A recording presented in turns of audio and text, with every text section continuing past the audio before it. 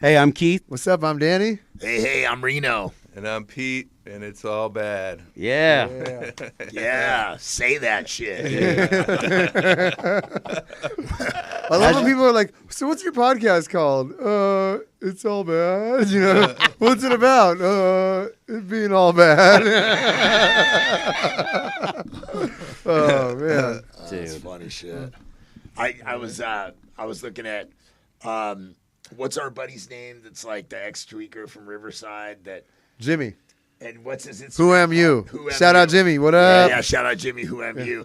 He had a You got to talk closer in the mic. he had a post Closer, good? up the other day that said like, I bet Italy's cool, but have you ever ridden a bicycle while tweaked out in Riverside, California? Yeah. I jumped on there and I was like, and then his like quote underneath that was Magnolia Boulevard is my Sistine Chapel. No way. Which is basically Magnolia Boulevard is like the fucking Beverly Boulevard of Riverside or whatever, you know? Dude, that dude's funny. I was like, He's the say that funniest- shit. Hands down, Jimmy is the funniest fool on Instagram, period, the end. Like, out of anybody, any meme pages, out of any fucking guys that are Funnier doing than Nate shit. Walton? Funnier than Nate Walton. He's funny. He is funny. He's funny. I I mean, think everybody's- Who Am You is the funniest motherfucker on Instagram, Hey, I period. respect the it. end. Yeah. I respect it. And one of my favorite guests we ever had on. I'm Yeah. going to just go ahead and say Amazing. it. Yeah. Where'd you grow up, Pete? Van Nuys, California. Nice. Yeah. Yeah. Boogie Nights, home of Boogie Nights. City of no pity. We called it, yeah. Did you? That was a Well, thing? the homies did, yeah. Yeah. Yeah. You know what? That's Elliot has that Instagram handle, City of No Pity. That's right. And he's from yeah, he's Van from out Nuys. somewhere out there. Yeah, and he's got You know an Instagram Elliot? handle, City of No Pity. Yeah, well, He might know him. They're about the He same probably age. does know Elliot. He's like all tatted down. Is this white what you were boy. telling me about? No, this is my other buddy Eli. Shout out Eli. Okay. Who's Elliot? You know Elliot. He's married to Janice. He was like the rep for... He's a clothing rep like Reno used to be. He owned a really successful showroom for a really long time called Money Ruins Everything, and he had like all the dope brands and everything else. But he's from the Valley, and I'm putting it together right now because he has an Instagram that's not like really his, that he just like moderates or whatever, and he puts dope imagery up there, not usually any verbiage or anything or underneath it, but it's called City of No Pity. Yeah, it's cool. All right, we got to yeah, check he used to be the born and maybe, raised rep. He launched Born and Raised. Yeah, he launched a lot of brands. Yeah, for sure. He's not doing it anymore? He's doing something else. I don't want to go too Yeah. deep into it. I haven't talked to him in a long time. Yeah. I don't know. He's on some executive level shit somewhere else. Shout out Elliot. For him. When'd you start getting loaded, Pete? Shit, man. I think the first time I got loaded was there was this dude down the street. I mean, this is in the 70s. I think I was 4th grade, and there was this one like dude. He had a Porsche, dude, and when he used to wash it, he used to let it sit in his car when he washed it. And my buddy Ronnie, dude, fucking opened up the glove box and fucking. Like these joints fell out. No, Rolled joints already. Already rolled, and they were in yellow paper. Like I don't know if these were like dipped, dude, or what. But like I just remember smoking that shit, and dude, I was fucked up, man. I mean, like I went home and I told my mom, and she was like, "Oh, you went and told her you smoked weed?" Yeah, yeah. I mean, literally, yeah. And she was like, "What?" She's like, "No." She's like, "It's probably cigarettes." I'm like, "Nah, man. I think it." Shit was weed, man. She was like in denial. She was in denial. But she didn't want to believe it. But yeah, that was the 4th grade. She just made you some SpaghettiOs and sent you to bed, or what? Dude, I don't know. She was like, she was in like super denial, dude. She was like, no, those were cigarettes. And I was like, I don't know, but I just remember like the whole house being like sideways. Yeah, 4th grade right now. I mean, when you first smoked weed, it never did nothing to you. You know what I mean? But like, dude, I was like fucked up, man. Yeah. I remember like shit was crooked, and I was. So I don't know. It might have been some fucking, Could have been a Primo or something. I think it might have been Lovely or something. Yeah. Some PCP or I don't know. It was yellow paper. I was like. Yeah, that is remember, weird. Yeah, it was like yellow papers. Wow. But this was And you guys, so what? It was you and your homie. You guys just Yeah, grabbed he one was and smoked older. it? He was Yeah. an older. He was already, you know what I mean. He was a bad influence. This Yeah. kid Ronnie, and he saw him. He knew right away, and he's like, "Dude, let's go smoke this shit behind the apartments." And I was like, "All right," we went and smoked it. You're like Behind the 9? apartments on what? I was in 4th grade, yeah. So I was like, it was probably like, I was born in '72, so it was probably like 80 or maybe late Yeah. 90s. Yeah, dude, it was way back, dude. That's Wow. crazy, man. This was back when like Van Nuys was still like, because I lived right off of that house. We lived right on what was the name of that street, dude? It ran parallel with Van Nuys Boulevard. So this is back when everybody used to cruise Van Nuys Boulevard. Like this is back like in the '70s. Like Van Nuys, there was like a lot of hot rodding and stuff like Yeah. that back then. You know what I mean? And American graffiti. yeah, type shit. yeah, exactly. And Van So- Nuys Boulevard is a big. If you ever like go and hike like up into the hills, you look out. Van Nuys Boulevard's a wide motherfucker, huge. dude, and it goes all the way to the deep Yeah, valley. so- It goes all the way up to Ventura, where that newsstand is, and then it just goes all It the way. goes all the way to end the of other valley. side, pretty much. So I think crazy. it turns like past like Panorama City. It kind of angles off into like Right. Pacoima, I think. But yeah, Well, I people mean, were mobbing up there, hanging out, cruising. dude, in the '70s, I remember like so they used to block it off. Like every Wednesday and Saturday night, they started blocking the whole street off. So they would. What's the goddamn name of that? I can't believe I can't remember the name of that street. What, the street you lived on? Lived on, yeah. What the hell was it? Ran right next. Kester, one of those. No, ones? it wasn't Kester. It was. I can't believe it's mind Reno blank. will remember for he'll list off every Yeah. fucking street out. Anyway, man. oh, He you know the walked street them it's on. all. Actually, the home base of NA is on that street, dude. Fucking, and then they named the club. Remember it's they literally named the it's club like when 2 they moved blocks. it out to, what was the name? Of the Radford. club? Radford. It's not Radford. No, it's not Radford. This is in Van Nuys. It's Okay, I can't Radford's a remember. studio city. Thanks for listening. It's all bad. We'll see. It's all bad. Brain It's that damage one over street, here. yeah. So you're hanging out. So in the anyways, valley. yeah, so like the kids they blocked that out. I mean, remember way back, like looking out the window and there'd be kids, like the whole street would just be packed with cars and kids. Like it was like basically some like Fast Times at Ridgemont High shit. Like It was that cool, right? It was, yeah, it was really like that. You know what I mean? And back like, then, people were cool, getting along, hanging yeah, out, like having everyone fun, on my right? block, it was like from the older guys that used to hang out. Like I said, that one guy used to wash his car, and there were a bunch of kids around there, and like, yeah, we used to just run amok. You know what I mean? Like we would, till it got dark, man. We were out BMXing and skateboarding and. Yeah. My mom wouldn't let me into the house until you know what I mean. Like Until sunset. yeah, I was outside, dude, the whole time. That's So like dope. we were just out, Fuck, now running you amok. don't want to let your kids out of the house. Yeah, you don't want to let them out. yeah, Yeah. yeah. So Do you and what was like the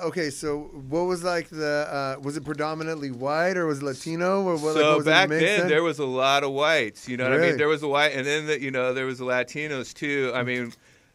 As I started growing up, is basically Latino. You know what Yeah. I mean? By the time I was, high school and stuff like that, it was pretty much Latino. But I went to St. Elizabeth's from 1st to 8th grade, and it was right across the street from Van Nuys High. And so there was like the white kids and and the Mexicans, and like we were like we were all friends, you know what I mean? But like we basically were like, oh yeah, we're the surfers and you guys are the cholos, you know what I mean? Yeah. But Yeah. I mean, I eventually I ended up hanging out. My dad always like coached baseball and basketball and stuff like that, so like I ended up knowing a lot of The homies. like, yeah, the homies. That's So, Your parents were pretty yeah. good people, though, right? Yeah, they were like, I mean, I came from a really good family. Yeah. You know what I mean? It was that. So I have one brother and 4 sisters, so Oh, we're a shit. big ass Catholic family, and Oh, then that's wow. not even counting my cousins. It was a huge family. So Deep. yeah, we were really deep and Irish Catholic. One side is Irish, the other side's French. My last Okay. name's Reno. So my mom's side was pretty yeah, they were like Irish, and my dad's side's like French. So That's cool, and, man. so that, that was. When did it start going bad? I'd say probably around 8th grade, pretty soon. I mean, you weren't having a little bit of fun up into that point. Oh, it was fun, man. I mean, weed. it was. I had fun, man. I'm real delusional, but I had fun right up to the end. You know what I mean? What these fools said, it was fun with problems. Man. I had fun to the last day. Like, really? I mean, don't get me wrong. He's man. like, it's a damn shame. Yeah, don't get me wrong. There were problems, but like, as long as I was, on one, dude, as long as you had some shit, you don't have any problems. That's what I always say about heroin. It's like, you don't really have a problem with heroin until you don't have any more heroin. Right, yeah. Well, me and Peter are about the same age. It was kind of like, because Danny's generation, like everything was available. Yeah. Like it was kind of, growing up in, well, you're almost our age, but like in Southern California, like, like drugs weren't just everywhere. Like somebody would get coke.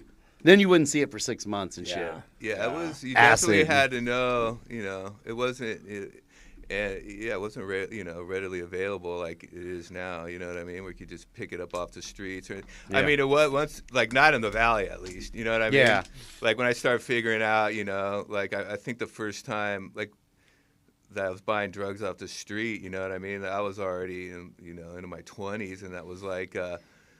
6 in Bonabray, you know what I mean? 6 in Bonabray. Yeah. When the Rampart division was going down, dude. And like that, I was getting it right there at the donut shop, Mm-hmm. You could buy it in the donut shop there, right? You used to just drive right in that little parking lot where the mural was, and you just pull right in and park right there, and they just run right up to you. Yeah, they seen a motherfucker driving, but they would clock you driving up, and they would just come running. Yeah. No way. Yeah. And there was a little pool hall right next to there too, dude. That like actually like the straight cowboys, like the dudes, like the real dudes used to kick it in that pool hall, and if they knew you could walk into that pool hall and get it. You know what I mean? Because sometimes it used to be super hot. Like I remember I got chased by cops on horses, dude. I remember, dude. They would chase my ass on horses No way. up the street, and I jumped in the car and took off, and they were still galloping behind me, dude. I got No away. way. Yeah, it was super. It was hot, dude. When was that? That was like early 2000s, right? This is or late 90s. Late 90s, early 2000s. Yeah, it was like late 90s. This is before, it was they're selling it, before, then it started, and then it was Fifth in the Hill, down there, off Spring Street, and so it was Bonabray first, and then it moved down to downtown. But I mean, other than that, yeah, dude, you had to have phone numbers. You know what I mean? To get, you had to have the phone numbers of the guys, and like, so it wasn't like, I could just go get it like you could now, Yeah. Beepers, there were beepers back then. Yeah, we had the beepers. Yeah, dude, that was the beepers. Like You call them. I'm trying to think when I started doing blow. Like I started doing blow. Like I think I was. It was when I went to Notre Dame, dude. It was freshman year at Notre Dame. It was like the rich kids in it was in Hancock Park. Like there was a bunch of kids that lived in the Hancock Park, and that was fun. Like because they had a bunch of money. They had the money, and they had like this. So they'd had like the liquor stores right there used to deliver like kegs to the house. I don't know, and they went. What Bogey's Liquor. Yeah, Bogey's used to deliver. Yeah, they would deliver kegs to the house. And you you could literally just call it in, and they would drop it off. Yeah, and they would no ID, nothing. Nothing. Yeah. Because once they got there and unloaded, they were like, "Fuck, we ain't taking this shit back." You So, I remember that. Yeah, dude. So that was. Bogey's is on Melrose and right there by Hancock Park. Yeah. Well, it's like Melrose and Rossmore, or Highland, or whatever. Right. Yeah. That was the area right there. Yeah, and they would right on over. He lived right off Rossmore, man, and that was like, wow, man, like that was really the first, time. You guys are getting like your fucking party. It was pretty cool, man. Let me tell you, that was a real good day.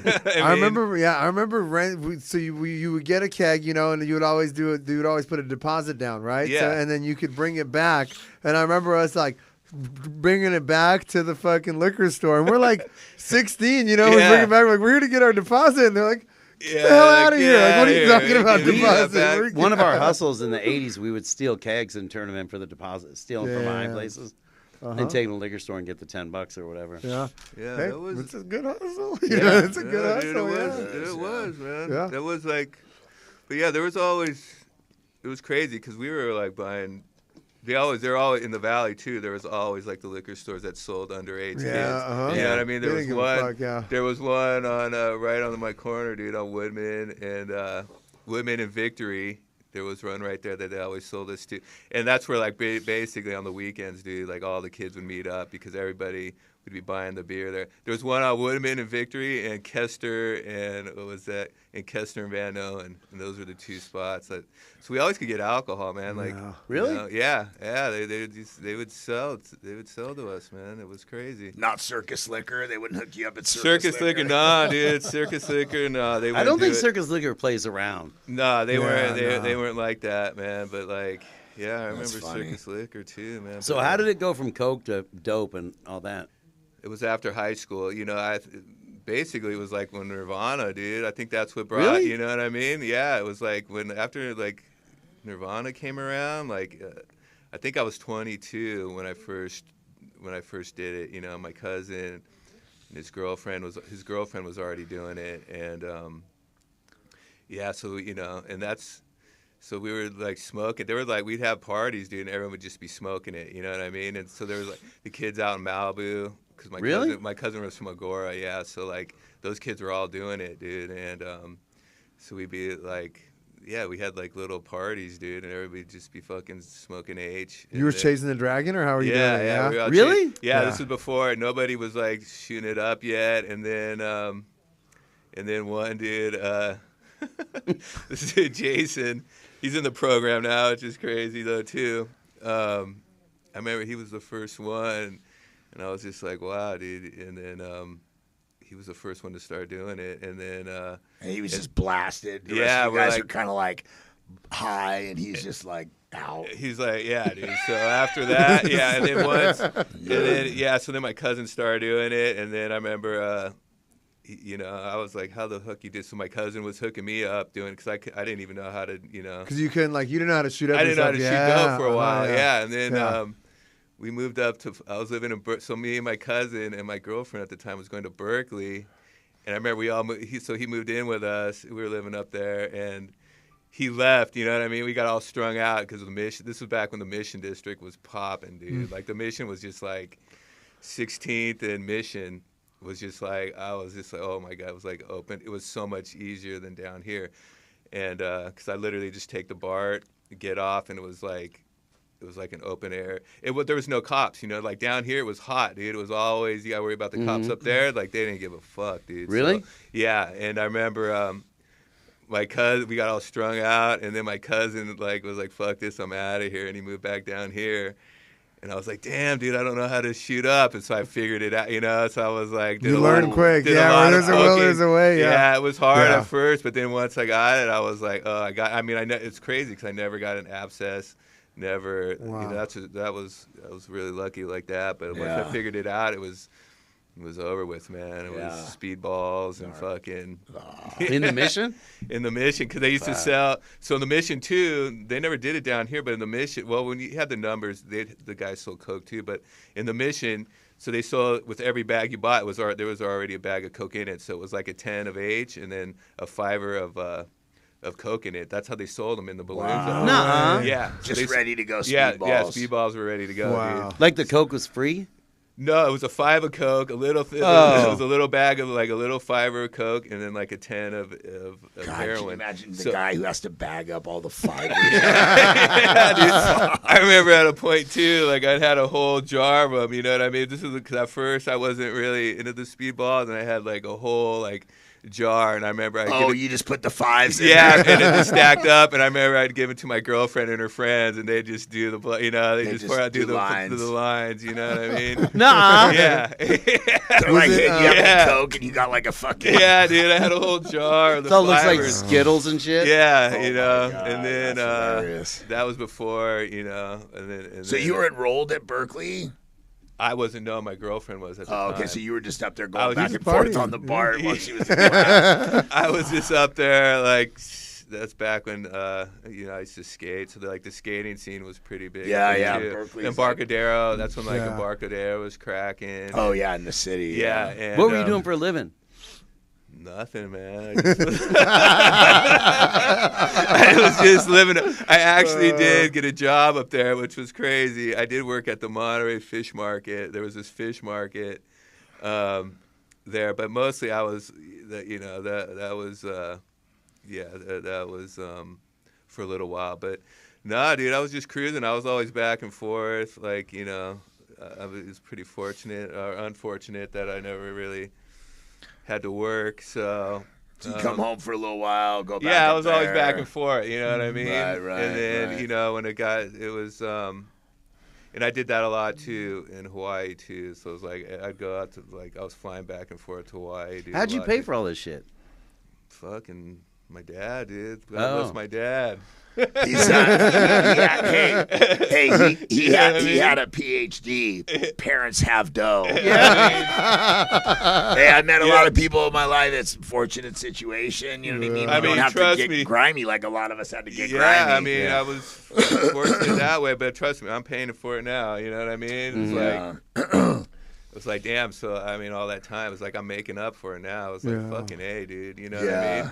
But what are you gonna do when your son's fucking, just running amok and not listen, Well, it's I have a nephew that's going through some shit right now, and my brother is he's well off, and you don't let your kid be in the street, right? You know what I mean? You don't. Where are you? What do you need? You know what I mean?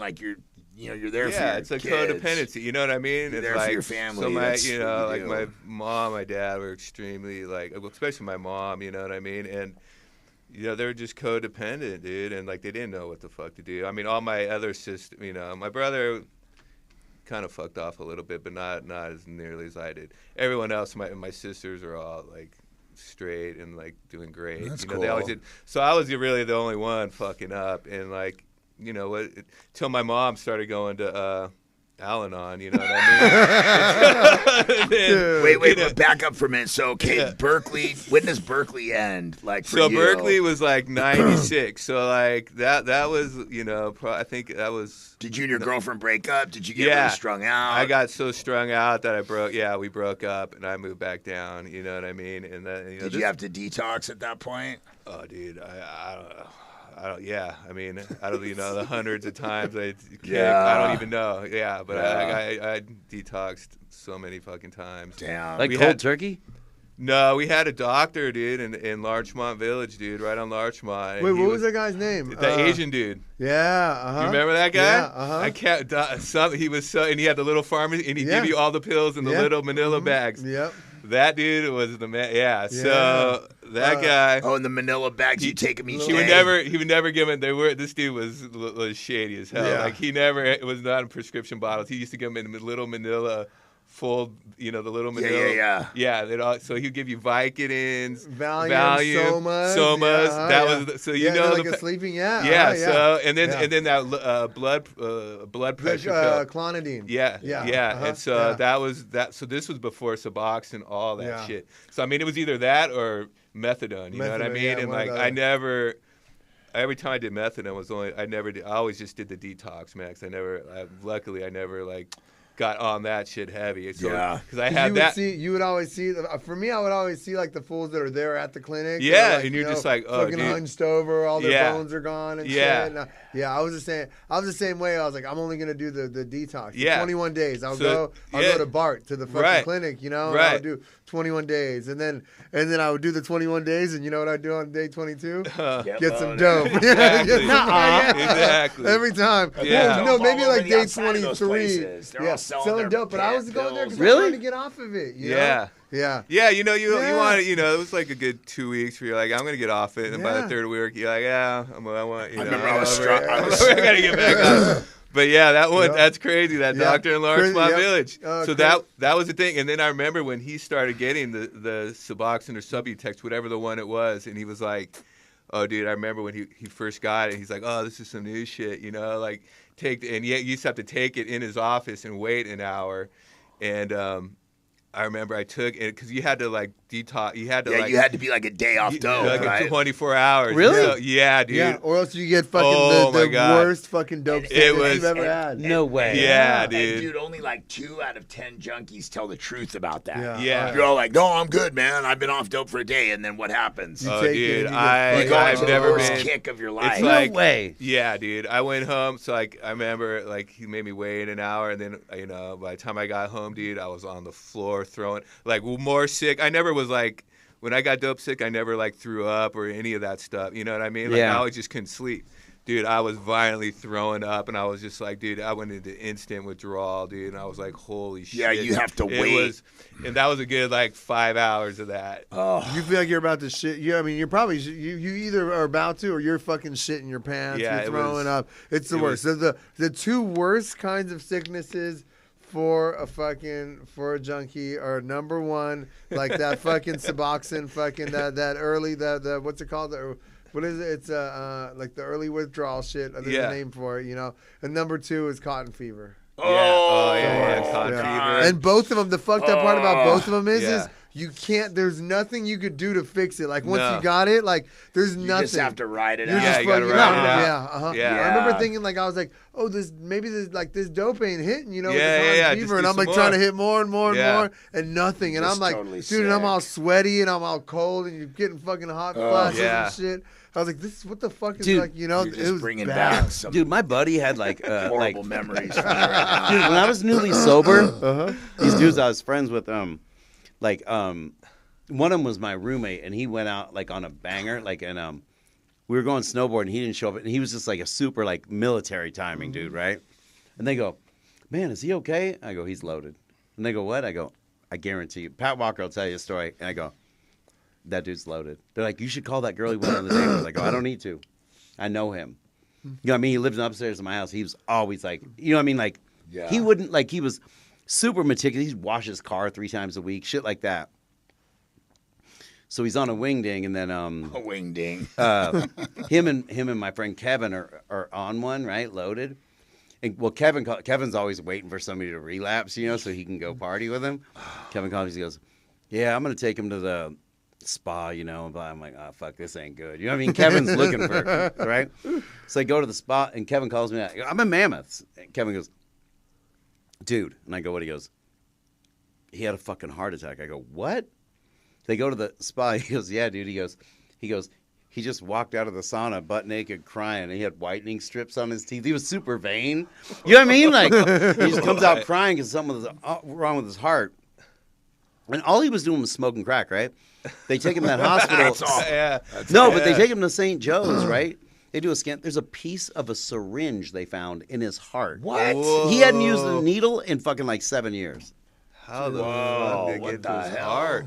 Dude, Wow, he's one of the funniest fucking dudes you've ever That's met. crazy. Swallowed it or something? dude, that's fun. Yeah, Yeah, that's crazy. That whole thing with cotton fever is like a particle gets in your bloodstream, right? Yeah, it's just like using dirty And cotton. then your whole body's just like freaking out until it works its way all the way through. basically you had there's fever. nothing. There's nothing you can do to Yeah. fuck You got any good stories, Pete? Yeah, I got a few. I got a few. I mean, there was one thing worse, dude, than the cotton fever that I got. I don't know if anyone else has had it, but like I remember, before that was like the first time I got sober. I was doing mad speedballs, and dude, one night I took a hit and fucking dude, I went into like gnarly anxiety panic attack. And it was like 2 week, like it was a 2-week panic attack. No way. I mean, basically that's Fuck. yeah. And I couldn't, no matter what, dude. Like, it was just from speedballs, dude. That's basically how I stopped doing speedballs. So like, I went to this panic attack and like. And it was 2 weeks long? 2 weeks, and like all the dope, like every dope I was trying to shoot, I had. Trying to shoot it away? I shoot it away, dude, and it wouldn't go away, dude. And So I you was like, stopped doing coke and kept trying to do heroin, and it's yeah, and it didn't work, dude. your nervous For, like, system was just It was tuned just up. shot. Oh. It was shot, dude. And I was That's like, terrible. wow, dude. I was like, that's crazy, dude. And then I checked myself into rehab. But yeah, that was terrible. But when that was going on, were you just walking around thinking everybody's looking at you, dude, talking about you? I never had a panic attack in my life, dude. You know what I mean? And I was just like, wow, dude. And then, dude, I was in for one for 2 weeks straight. I was like, what the fuck is going? That was the worst shit after that. And then that's basically when I stopped doing speedballs. But yeah. And you went to rehab? I went to that. Yeah, dude. That was. That's when I went into Liberty House. Liberty House had a rehab. I don't know if you guys ever heard of Liberty House. Is this the one that Chop Chop went to? Yeah, dude. It was it was like a behavioral modification spot, dude, and it was fucking intense, dude. How long were you there? 9 months. Oh, you stayed? So I actually left. I left before it because it was like a 13-month program, but I was there 9 months. 13 months? It was like a 13-month program, and that's where Chris Collins went there. Tell us a little bit about your experience there. What the hell? What do they do? Liberty House? Oh, dude. So basically, do they detox you? So this is back when they had so they just opened up a detox center there, a rehab. So it was next door, and it was actually Sammy Davis Jr.'s house. It was right in Century City, and they had a house there. And then there was like 2 houses down. It was Sammy Davis Jr.'s old house. No way. Yeah. And so I had no idea, dude, it was Liberty. If I would have known it was Liberty House, like I wouldn't have gone. But like I was so, like I said, I was so out of it. And like I just literally, I remember. Your parents were like, I just checked myself in, dude. My mom, I was just like, usually it was like my parents trying to get me into this. I drove myself down. I was like, I just called the first one that took my insurance. I was like, oh, Century City, that's cool. Like, I'll go there. And so I drove myself down there, and they're like, I just pulled up. Literally, I just drove up, and they're like, how'd you get here? I'm like, what do you mean? I just drove up. And they're like, well, usually we don't let people just drive up in here like that. And they're like, well, yeah, my car's... That's so funny. The rehabs are so shot out that, like, when you drive up to take yourself in, it's like a shocking... Yeah. They're like, people used to be picked up. They're like, you haven't sold that car yet? You ain't done. Straight up. That's a better way to say it. So, and then, because I had already known about that place, and my one buddy went there,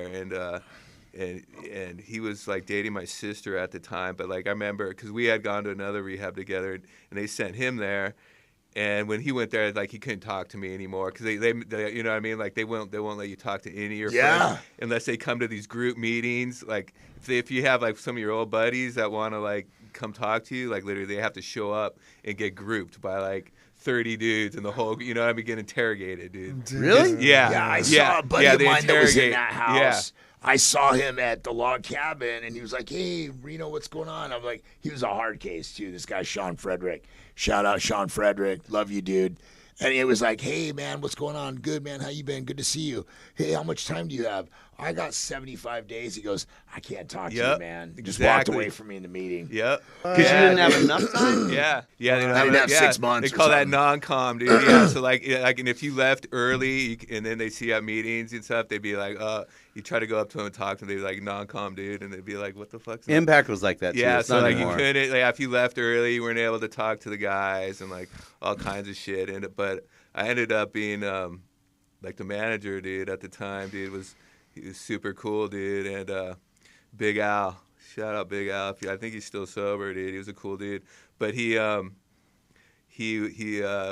ended up being really good friends, dude, and fucking so he I don't know, for some reason, dude, I got it easy. Like I was able to get my cell phone. Like nobody had cell phones there, but I was able. And at the time, I actually was working with my uncle, so like he let me get. So usually, you had to do 6 months. So if you went in there with I had a girlfriend at the time, so like if you went in there with no girlfriend, like you weren't allowed to have sex for like 6 months, and then you had to write this. You had to write like a whole report while you're ready to have sex. You know what I mean? If you had no girlfriend, like you couldn't even have sex.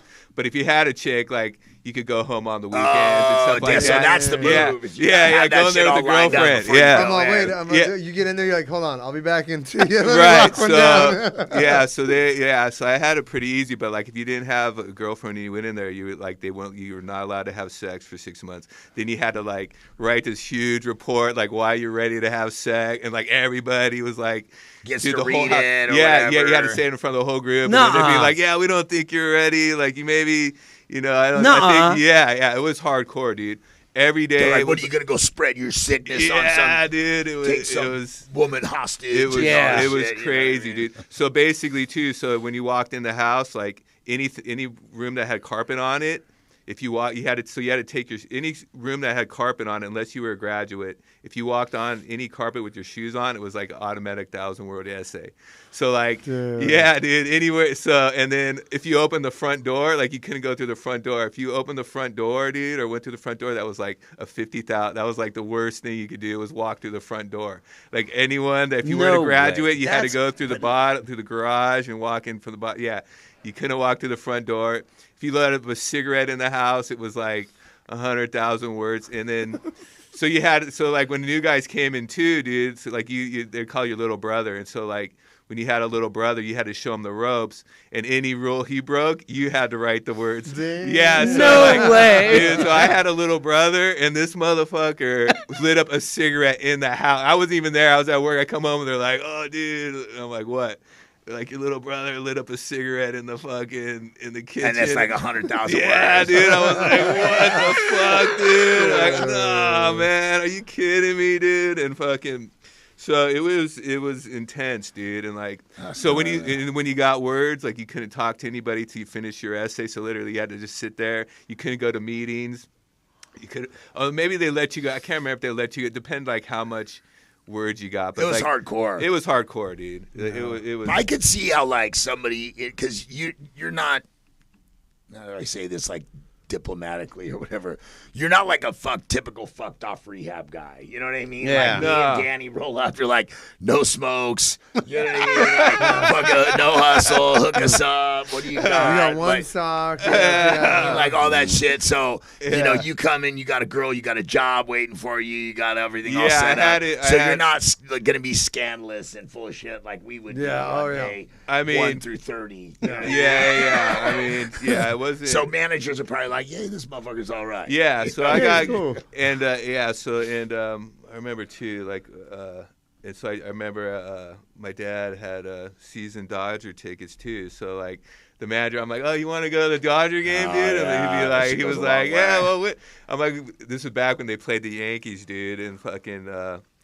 This was like early, like 2004 or 5. This was back when the Yankees were like, I mean, they destroyed us. Dominating. Like, like Jack Jeter Nicholson, with Jeter, that was that, and it was that series. Shit. Yeah, A-Rod, it was all that, dude. And so I remember we went there, and it was funny too because we're pulling up, and two of my we're pulling in the parking lot.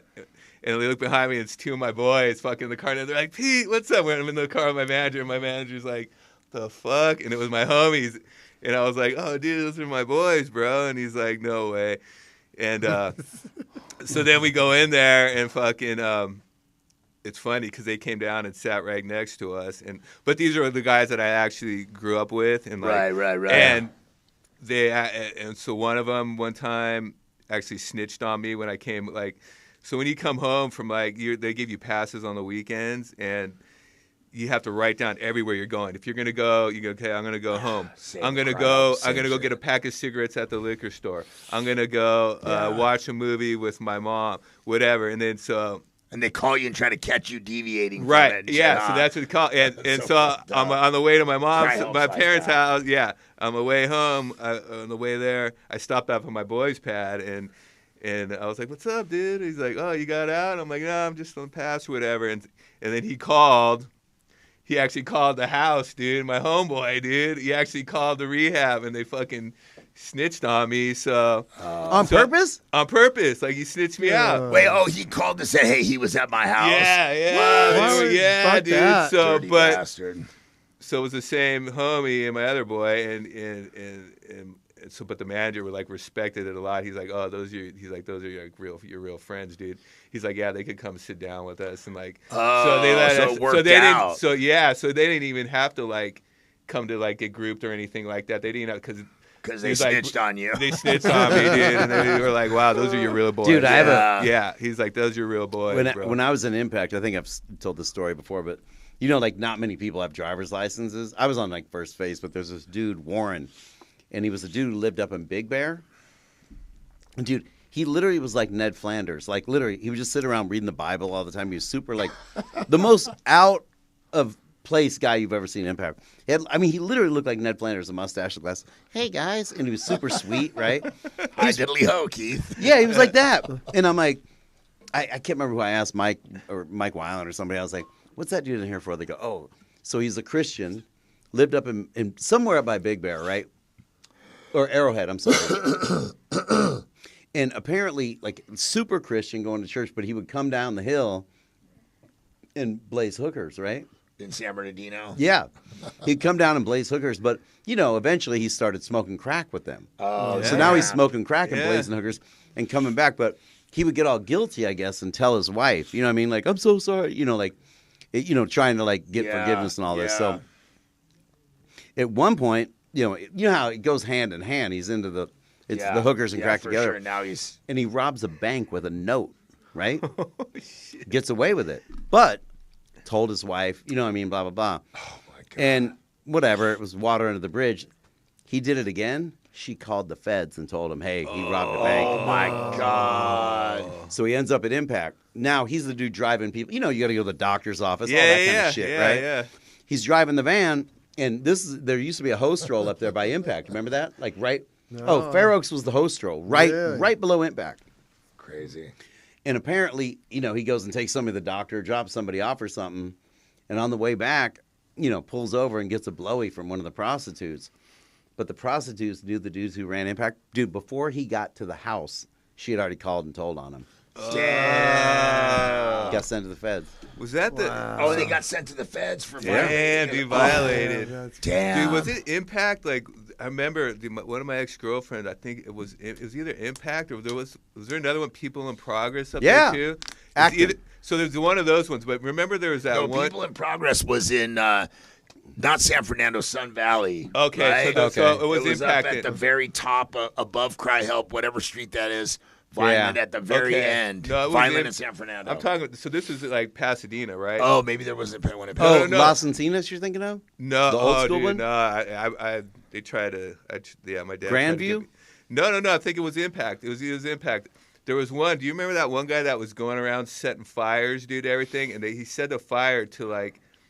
I don't know. This was probably like 2010 or 13 or something like that. There was a guy going around setting fires to like carport. He ended up killing. Like, 3 people. Yeah, the guy that set the he set a fire. So he set a fire. It was one of the dudes who worked at Impact, I believe. There was a trailer, dude, and he lit the fire. And one of the guys that worked at Impact, because she was going there at the time, and killed him. Like lit the fire. I'm pretty sure it was Impact. I'm pretty sure it was Impact. This is what I'm thinking of. So Impact's here. There's a house across the street it was a women's sober living. Right. So I think she was going there. She was going to that sober living, and there was like a trailer, like some dude that took care of the Grumpy. This old Mongol lived in the trailer behind it. Right. They set him on fire. You remember that? I didn't know that's how it caught on fire, but you're right. It burned out and it killed Grumpy. Yeah. Oh, shit. It was that dude. It was that dude. I didn't know it was an arson thing. I had no idea. I remember when that guy was going around. He was dude. I remember feel that? I remember a Hollywood carport guy lighting carports on fire. He was some weird, like, I can't remember who it was. Like, he was some rich kids, like, or his parents were somebody. And, like, he was just, like, it was, like, some, like, German, like, some...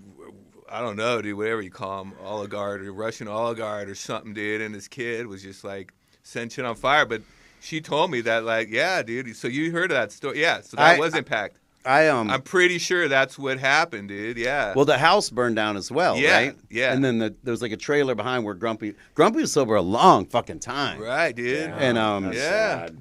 And Grumpy was a good dude, but he passed away in that fire, and then.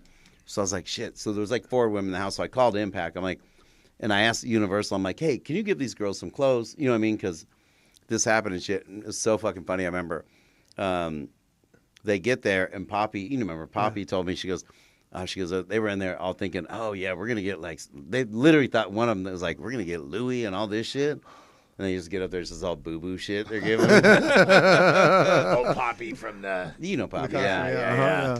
So at month 9, you leave... why'd you leave? You were like, I'm good, I got my job, and I got my life together. So, yeah, basically... okay, so I didn't... So the whole 9 months, so my girlfriend, which is the same one that just actually was at Impact, so I was going out with her at the time, and... What's her name? Andra. Anyway, so she was, a gnarly alcoholic, and so the whole time so that 9 months, dude, I never went home because like I already knew they're like, so if to get passes to go back to the pad, they had to go search the house, and I was like, oh man, these dudes are gonna find you know what I mean? Like, so I did. She was using and drinking. Yeah. So I was like, if they find out that she's, they're gonna cut you out. It's gonna be all bad. It's gonna be all bad. You know what I mean? So at 9 months, I think it was Christmas. So I just waited it out. You know what I mean? And they finally were just like, okay, you could go get her to go bring her to the Christmas party. So I just waited it out, and they were like, kind of just forgot. And they said, okay, you could go pick her up, and fucking, you could go home for Christmas. And so, basically, they let me go back for Christmas, and I was like, I ain't going back. You know what I mean? Yeah. But the manager too was like cool. He was like, he told my mom, he's like, yeah, I think Pete's good, like we, and they didn't ban me from anybody. I could still talk. Really? Yeah, they didn't ban me or anything, dude. How long did you stay sober after that? I don't know, dude. 2 weeks, maybe. Maybe 2 weeks, maybe tops. You know what I mean? And so, it was. Is this? But then you went out on speed, right? Yeah. Not that dope. How weird is that? Yeah, that was probably, that was probably 4 or 5 years after that. Oh. Yeah, it wasn't right after that, but like, yeah, it was when I left there, but that's when like, I was just pretty much chipping away, kind of holding it together, and it was somehow, it was ever since when I got that panic attack from the speedballs, I kind of just like never got like too strung out. It was always, like a 2-day chip. I would chip for 2 days, you know what I mean? And like stay up for maybe 1 or 2 days, you know what I mean? But I never like got totally strung out. You got a little too shook from that fucking one. Yeah, dude. Yeah, that's interesting. Yeah. Dude, you reminded me of this fucking you just talking about the whole Christmas thing. So I had this dude that he was the homie that I got loaded with, this kid Otto, and he hit me up, and I go into treatment, and I got sober July 9th, 2015, and I'm in treatment, and he was like, he probably hit me up. I think I had like an iPod Touch or something. That was my trick to like, cause you couldn't have your phone, but I had an iPod Touch for music that I could like still like message fools on, and I had a DJ had a Kindle in our room. You're all whacking it to the Kindle. Yelling hose. Yeah. So he hits me up and he was like, hey man, I really got to get some help. I got to get into treatment, Yeah. And this dude was a bit, he wasn't, let's just put in the nicest way I could put it, like, he was a sweet kid, but he just maybe wasn't all there, Yeah. So they sent him to, so there was like the treatment center we went to. They had like West Adams, which was like the guy's house in like by West Adams area. You know? Then there was a house in Malibu, and then there was which it was called CRLA. It doesn't exist anymore. Okay, It shut down. It was like the owner got busted doing all this fucked up shit with girls, Oh. getting loaded with them, and also the largest insurance fraud. case in the Yeah. That was history one of out in Malibu. Yeah. Is that the one where exactly. everybody was living, like pretty much they arrested them and then everybody was just still living there? Yeah, exactly. Yeah. Okay, So there that was was the going. Malibu So I was house, in Malibu when that was yeah. happening. Oh, wow. Yeah, I was in treatment out there. You were at that place? No, I was in another one down the street. I was in another one down the News travels street. fast, Yeah, but we heard about that spot. Yeah. Was this after your mom passed? The Yeah. Malibu? Yeah. This was the last 8 years ago when I got sober. Wait, Yeah. were you telling the story Wait, about? hold on, let me oh, finish. sorry. Yeah. All right, so I get this dude into treatment, right? And so he gets me, like, hey, can you get me in? And there was a house in Colorado, and then there was a house in Orange County. Remember the house? There was the one down there. It was And called then- like Santiago or some Some shit. shit, yeah.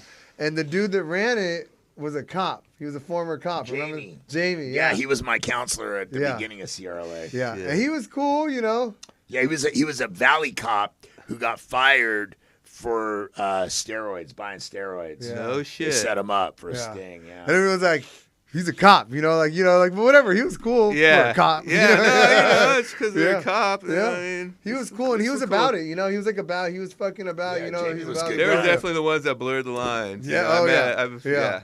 So this dude, so we get him into, and I don't know why they were like, oh, we got to send him as far away because they knew him and I would have done some shit. You know? So they sent him down to Orange County. So we would only see him when they would come up to the doctor or something, you know? Yeah. And I came up and I was like, hey, and I would always ask, like, hey, how's Otto? Oh, he's doing all right. You know, he's doing all right.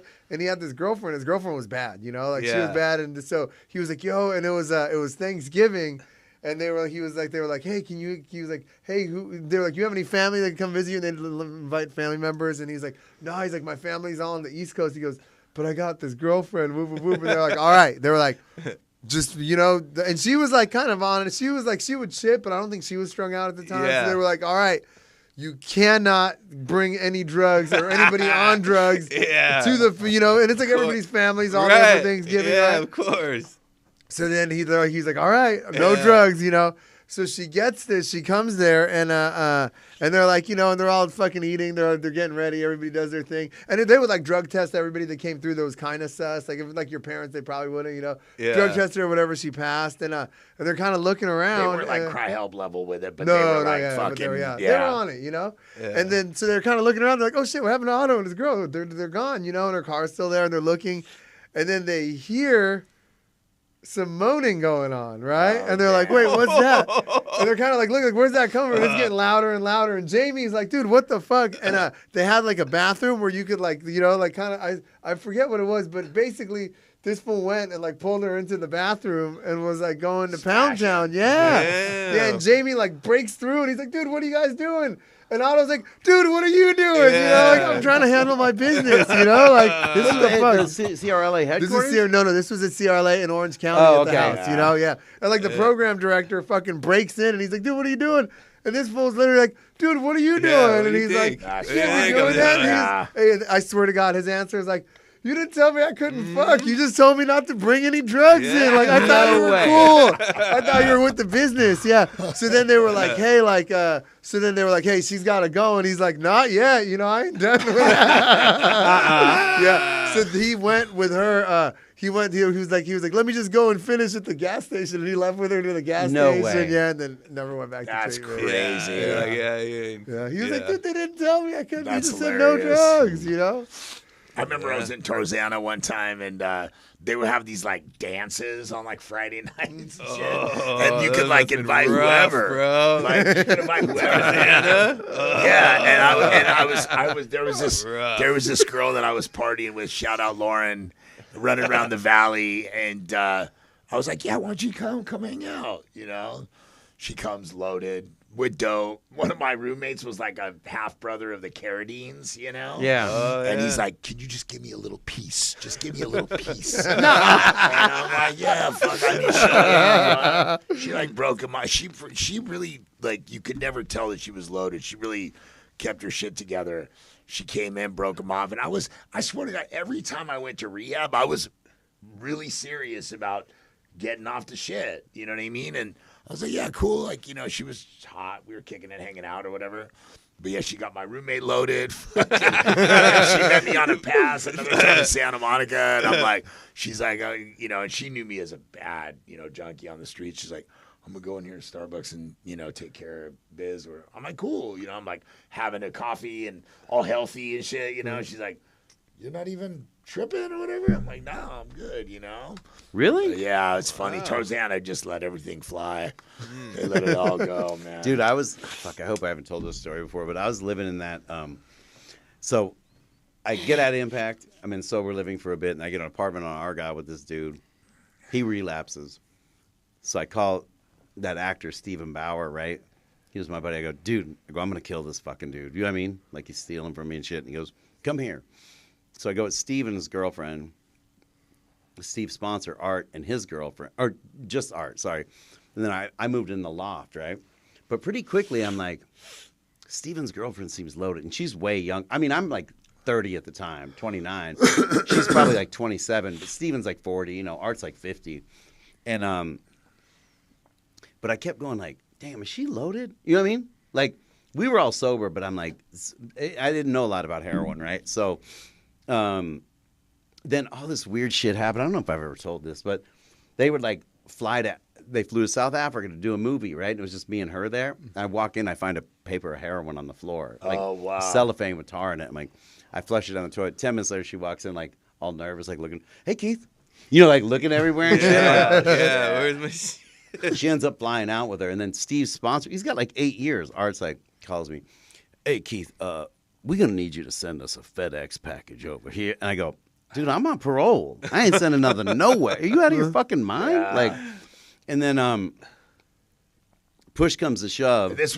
So Art was asking for her or for him too? I think no, just for her. I think they were shooting a movie over there, and then they come back. FedEx. Dude, it was fucking bananas. It's that apartment building by the big Friday night meeting in Pasadena. You know what I'm talking about? That big giant one.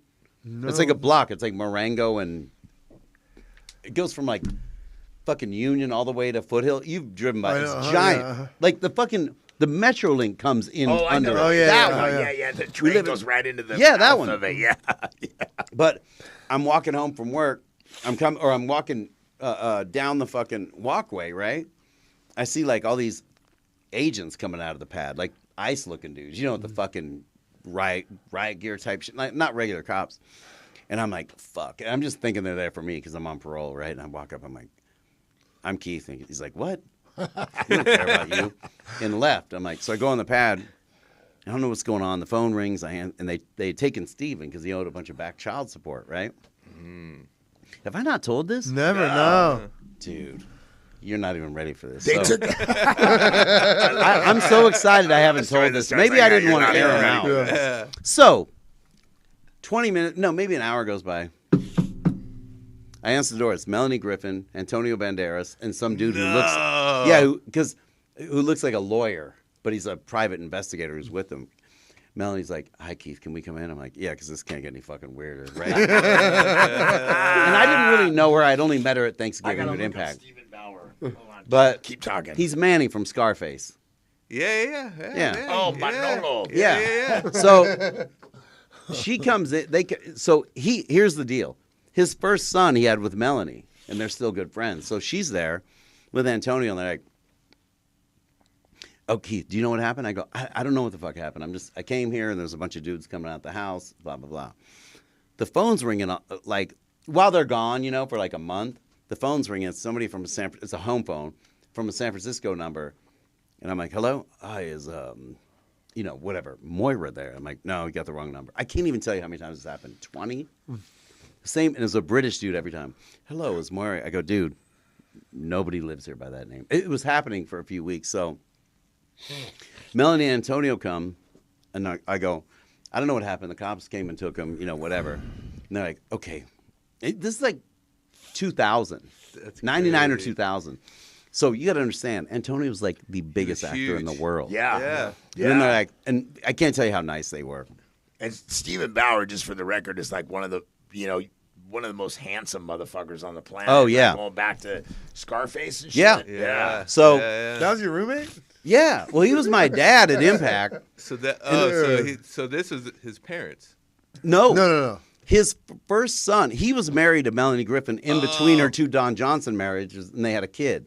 So they were still friends. She with Don Johnson? She had legendary. Dakota Oh, dude, Johnson Dakota was like 8 years old at the Impact Thanksgiving. They came to visit. No shit. Yeah, Melanie and Antonio are great. Been sober a long time too, huh? Yeah, I don't know. She has, I think. Yeah. They were both really great. But then I just want to be left alone. I was melting down. I'm like, man, I'm just trying to fucking do this, stay sober. You know what I mean? Yeah. And they're like, Keith, come on, let's go to dinner. I'm like, Mel, I just want to chill or whatever. I didn't really know her. I'd only met her once or twice before.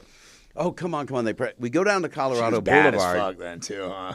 It's a giant sushi restaurant on Colorado Boulevard in Pasadena. But, dude, I'm there with fucking Melanie Griffin and Antonio Banderas, right? Oh, dude. We're sitting down having dinner. The PI dude, meanwhile, is like, oh, don't worry. We're going to solve this. He was like kind of gnarly. He looked like somebody out of a Coen Brothers film, like weird gray suits and shit. You know what I mean? Mustache. Like he looked like anyway.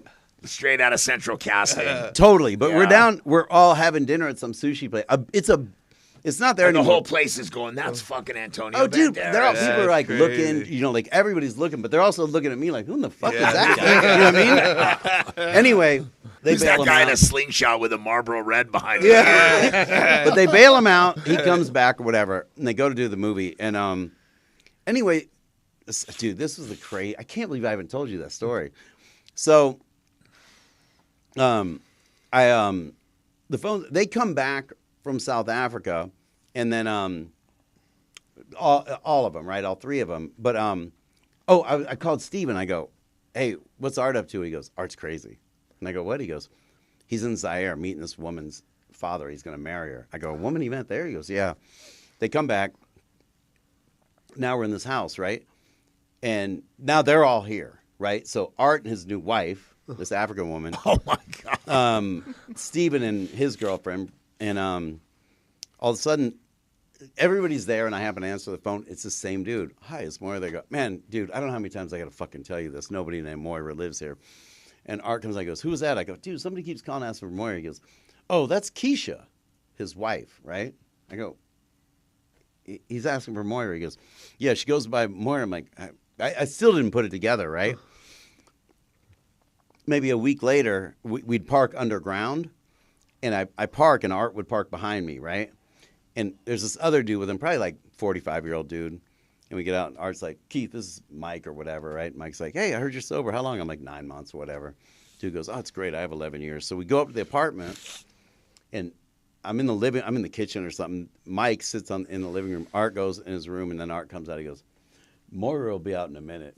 And I'm like, what the fuck? He goes to Africa, meets a prostitute, marries her, brings her back, and has her turning tricks. Not out of our pad, but you know what I mean? And I'm like, dude, what the fuck is going on? After that movie Traffic, they went to do that movie in Mexico, and it all just blew up. You know what I mean? Where he's like a sniper or something, right? A hitman something, yeah. Yeah, I remember that. But, I mean, it all went bad. I'm like, I'm fucking out of here. You know That's crazy. So wild. this guy was calling for Moira because she had been in San Francisco doing tricks, and he was trying to line something up. Wow. Went to Africa, met a prostitute. I don't know if she was a prostitute at the time, but he married her, brought her back, and was his girlfriend and turning tricks. Wow. 1,000%. That is wild. Whatever happened to Antonio Banderas and Melanie Griffith, that was the last time you saw him, was that night? I never saw him again, but they're wonderful people. They weren't anywhere near, you know, like. She was just trying to look out for her baby's dad. But if you watch Traffic, when, this one I could tell Steven got loaded. If you watch Traffic, I was watching it, and he's sitting in a courtroom, and like, fucking Dennis, what's his name, is his lawyer. And is like standing here, but you could see Steven, I swear. Like if you watch it, you'll see. Really? Go on the That's crazy, man. Pete, will you tell him the story about your mom's funeral? Yeah, so This is great. Yeah, so it was, what was that? It was like, I guess it was 2009, and I was already. This was like on my meth, the beginning. Now I was probably already a couple of years in on my meth run, and so my mom passed away. And rest in peace, Mama. Yeah, rest in peace, Mom. She was, she was the greatest. But so the funeral, like I was not ready for this, man. Like I had no idea it was gonna be like. So basically, they had it at Notre Dame, and I get there, and like. The whole gym, dude, is packed. I mean, there's like at least 1,000 people. It's huge. And at the time. Was she a teacher or no, dude. They were heavily involved at Notre Dame. Donated a lot. So, yeah, exactly. My dad, they were heavily involved. My dad went to Notre Dame. She went to Corvallis, which was when Notre Dame used to be before it was co-ed, it was like, so there was Notre Dame was all boys, and then there was Corvallis, which was the girls' school down the street, which was on Laurel Canyon in like Ventura, right above, like if you go up Laurel Canyon, it's, I don't know what it is now, but so it's right there. So that was like, whatever, all the girls from Corvallis and Notre Dame, they hooked up. And so, so my dad was alumni, you know what I mean? And, I went there 2 years and then I left. All my brothers and sisters went there. Yeah, your family's legacy. Yeah, exactly. So my nephews, all went there. And so, it's a big deal, and like everybody's there. And so at the time, my dad's good friend from high school, I went to Notre Dame too. He was secretary of the Joint Chief of Staff. You know what I mean? Yeah, like big deal. Yeah. Wait, he was the Secretary of Defense or the Secretary of the Joint Chief of Staff. Oh, wow. Okay. The highest military. There's no one higher. Yeah. You know what I mean? It was a big deal. That's heavy. Yeah. And so they were, they all went to high school together. Wow. And, so at this time, he was, he had already been on the chief of staff. He's been involved in the government for years. You know what I mean? But this is when he's really started coming up. And so you get, so he shows up with his whole, entourage and like Secret Service. Secret Service. There's like, the whole, there's like 20 fucking Escalades, the full motorcade, motorcade, you know what I mean? And like,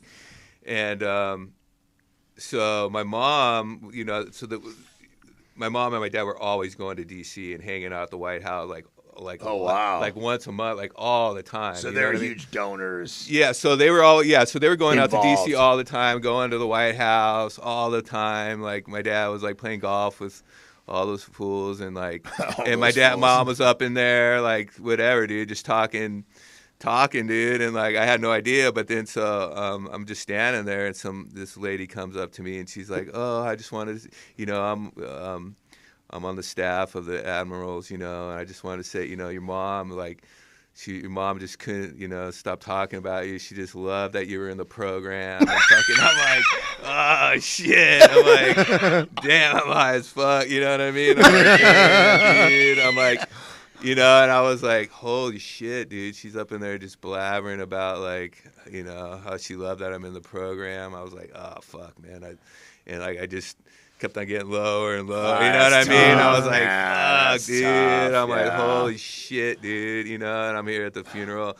And, she's like, yeah, she just loved that you were in the program. And, and my daughter is a friend of Bill's too. You know what I mean? I was like, oh. And she's like, here she is. And I was like, oh, shit. Like, yeah, man, it was like... Wait, here she is. Is it she was there, or here's a picture? The daughter was there, too. Oh, so the daughter was there, and then I meet her. And what were you high on, Pete?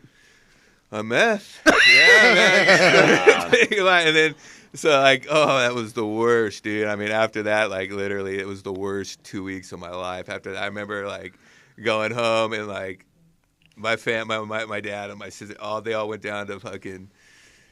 Balboa Island for like 2 weeks, and I just was. Oh, you have a place at Balboa Island? Well, we used to go down there like every summer. Yeah, we'd rent a place on Balboa Island. So they let and by this time I'm already not like I'm just doing my own thing. Like I'm not involved in the family shit at all. You know what I mean? Yeah. I'm just like at home, just fucking. It was dark, dude. Like you know what I mean? But that was the first time I was like, damn, dude, like the program is like actually, you know what I mean? Like my mom loved it, dude. Like she was so stoked that I was a dope fiend. Like it was crazy. Really? She like in terms of once you knew what your problem was. Yeah, she was like, here's a solution. And she was super Al-Anon, you know what I mean? And she just loved like, you know what I mean? It sucked that I fucking went out, and I was chipping away, you know what I mean? And she kind of knew that though too, but she was just like so stoked on it. She was just like, wow, this is a solution, you know what I mean? I'm so glad that like you're in Alcoholics Anonymous. Yeah, dude. But it kind of got you back, right? It did. I mean, that was the first time where I was like, wow, dude. I'm like, it's actually kind of respectable, I guess. Like, when you heard people of stature talking about being in the program. You know what I mean? I was like, wow, dude. Like, I mean, and then, so that was like. That's an epiphany. And who was your meth dealer at the time, Pete? My boy, Paul. The North Hollywood Ice man. What? Yeah, so he drove around. So he worked for North Hollywood Ice, dude, and these guys they'd drive around. Reno, you heard about it, right? I lived in a sober living right by their yard or whatever their facility was, and there was a guy who was ahead of me in Cry Help. He wasn't yet my sponsor, but he was like kind of mentoring me and shit. And we moved into this sober living, and we were walking up Vineland by the fucking place, and one of those like woods fucking pulled out in the truck, and he's like, "What's up, Todd?" And he's like, Todd's like, "Hey, you know, Randy or whatever." I always default to Randy, man. I go a white tweaker's name. Yeah. And I was like, "Who the fuck was that?" And he's like, "Oh, that was my fucking connect, you know." Yeah. And I was like, and he's like, oh yeah, these dudes used to drive around dealing dope out of these fucking trucks. Out of the ice trucks. They literally drove around ice trucks slinging fucking ice. Yeah. Wow. That's so crazy. Yeah, dude. And like, yeah, they were all like, you know, Paul, you know, they were like Aryan Nations, I think. Yeah. That's what he had an NA tattooed on his. And I was like, damn, dude. I'm like, I'm like, you in Narcotics Anonymous? I'm like, why? And he's like, no, dude, Aryan Nations, bro. He's like, oh, it was AN, not NA. The NA, yeah. It was this exact NA, but that's what they rocked. You know really? what I mean? Yeah. Really? Yeah. I was like, what, you crazy. Narcotics Anonymous? He's like, no, bro, it's Aryan Nations. He's like, we just rock it like that, like low key, you know what I mean? I was like, oh, okay. That's crazy. But, yeah, they were all gnarly skinheads. And But you became like buddies with him, huh? yeah, we became good friends, dude. Like, actually, he did an intervention. Him and my dad did an intervention on me. And yeah, he was always coming over to the house and hanging out. And my dad ended up like really liking him. You know what I mean? And so one day I'm in like. So you're living at your dad's house. So I'm living at my dad's house. This is after my mom passed away. Was the family house nice? Was it a nice spot? Yeah. So my dad was living there. Everyone else was moved out. So like before my mom passed away, like I moved back home to help out. You know what I mean? Like everybody kind of came back home to help my mom, like in her final time. And so after she passed away, I just stayed. You know what I mean? They couldn't get rid of me. Yeah. You know what I mean? Yeah. Like, they could not get. You know what I mean? Like, we had like a little back house, by the pool. You know what I mean? And like I was just like barricaded. Dude, they couldn't get rid of me, dude. So like I was just come in to get a bowl of fucking Captain Crunch. And right. Get a cactus cooler. Reno with the cereals. He's gonna name off every cereal. So I was just posted up and this is right when like wax and all that, concentrate started coming out. You know what I mean? The weed. I hate that shit. And so my dad thought that was my problem. He was like, I was kind of losing my mind a little bit at the time, and he thought because my uncle was smoking that shit too, and my uncle got pretty weird on the it, wax too.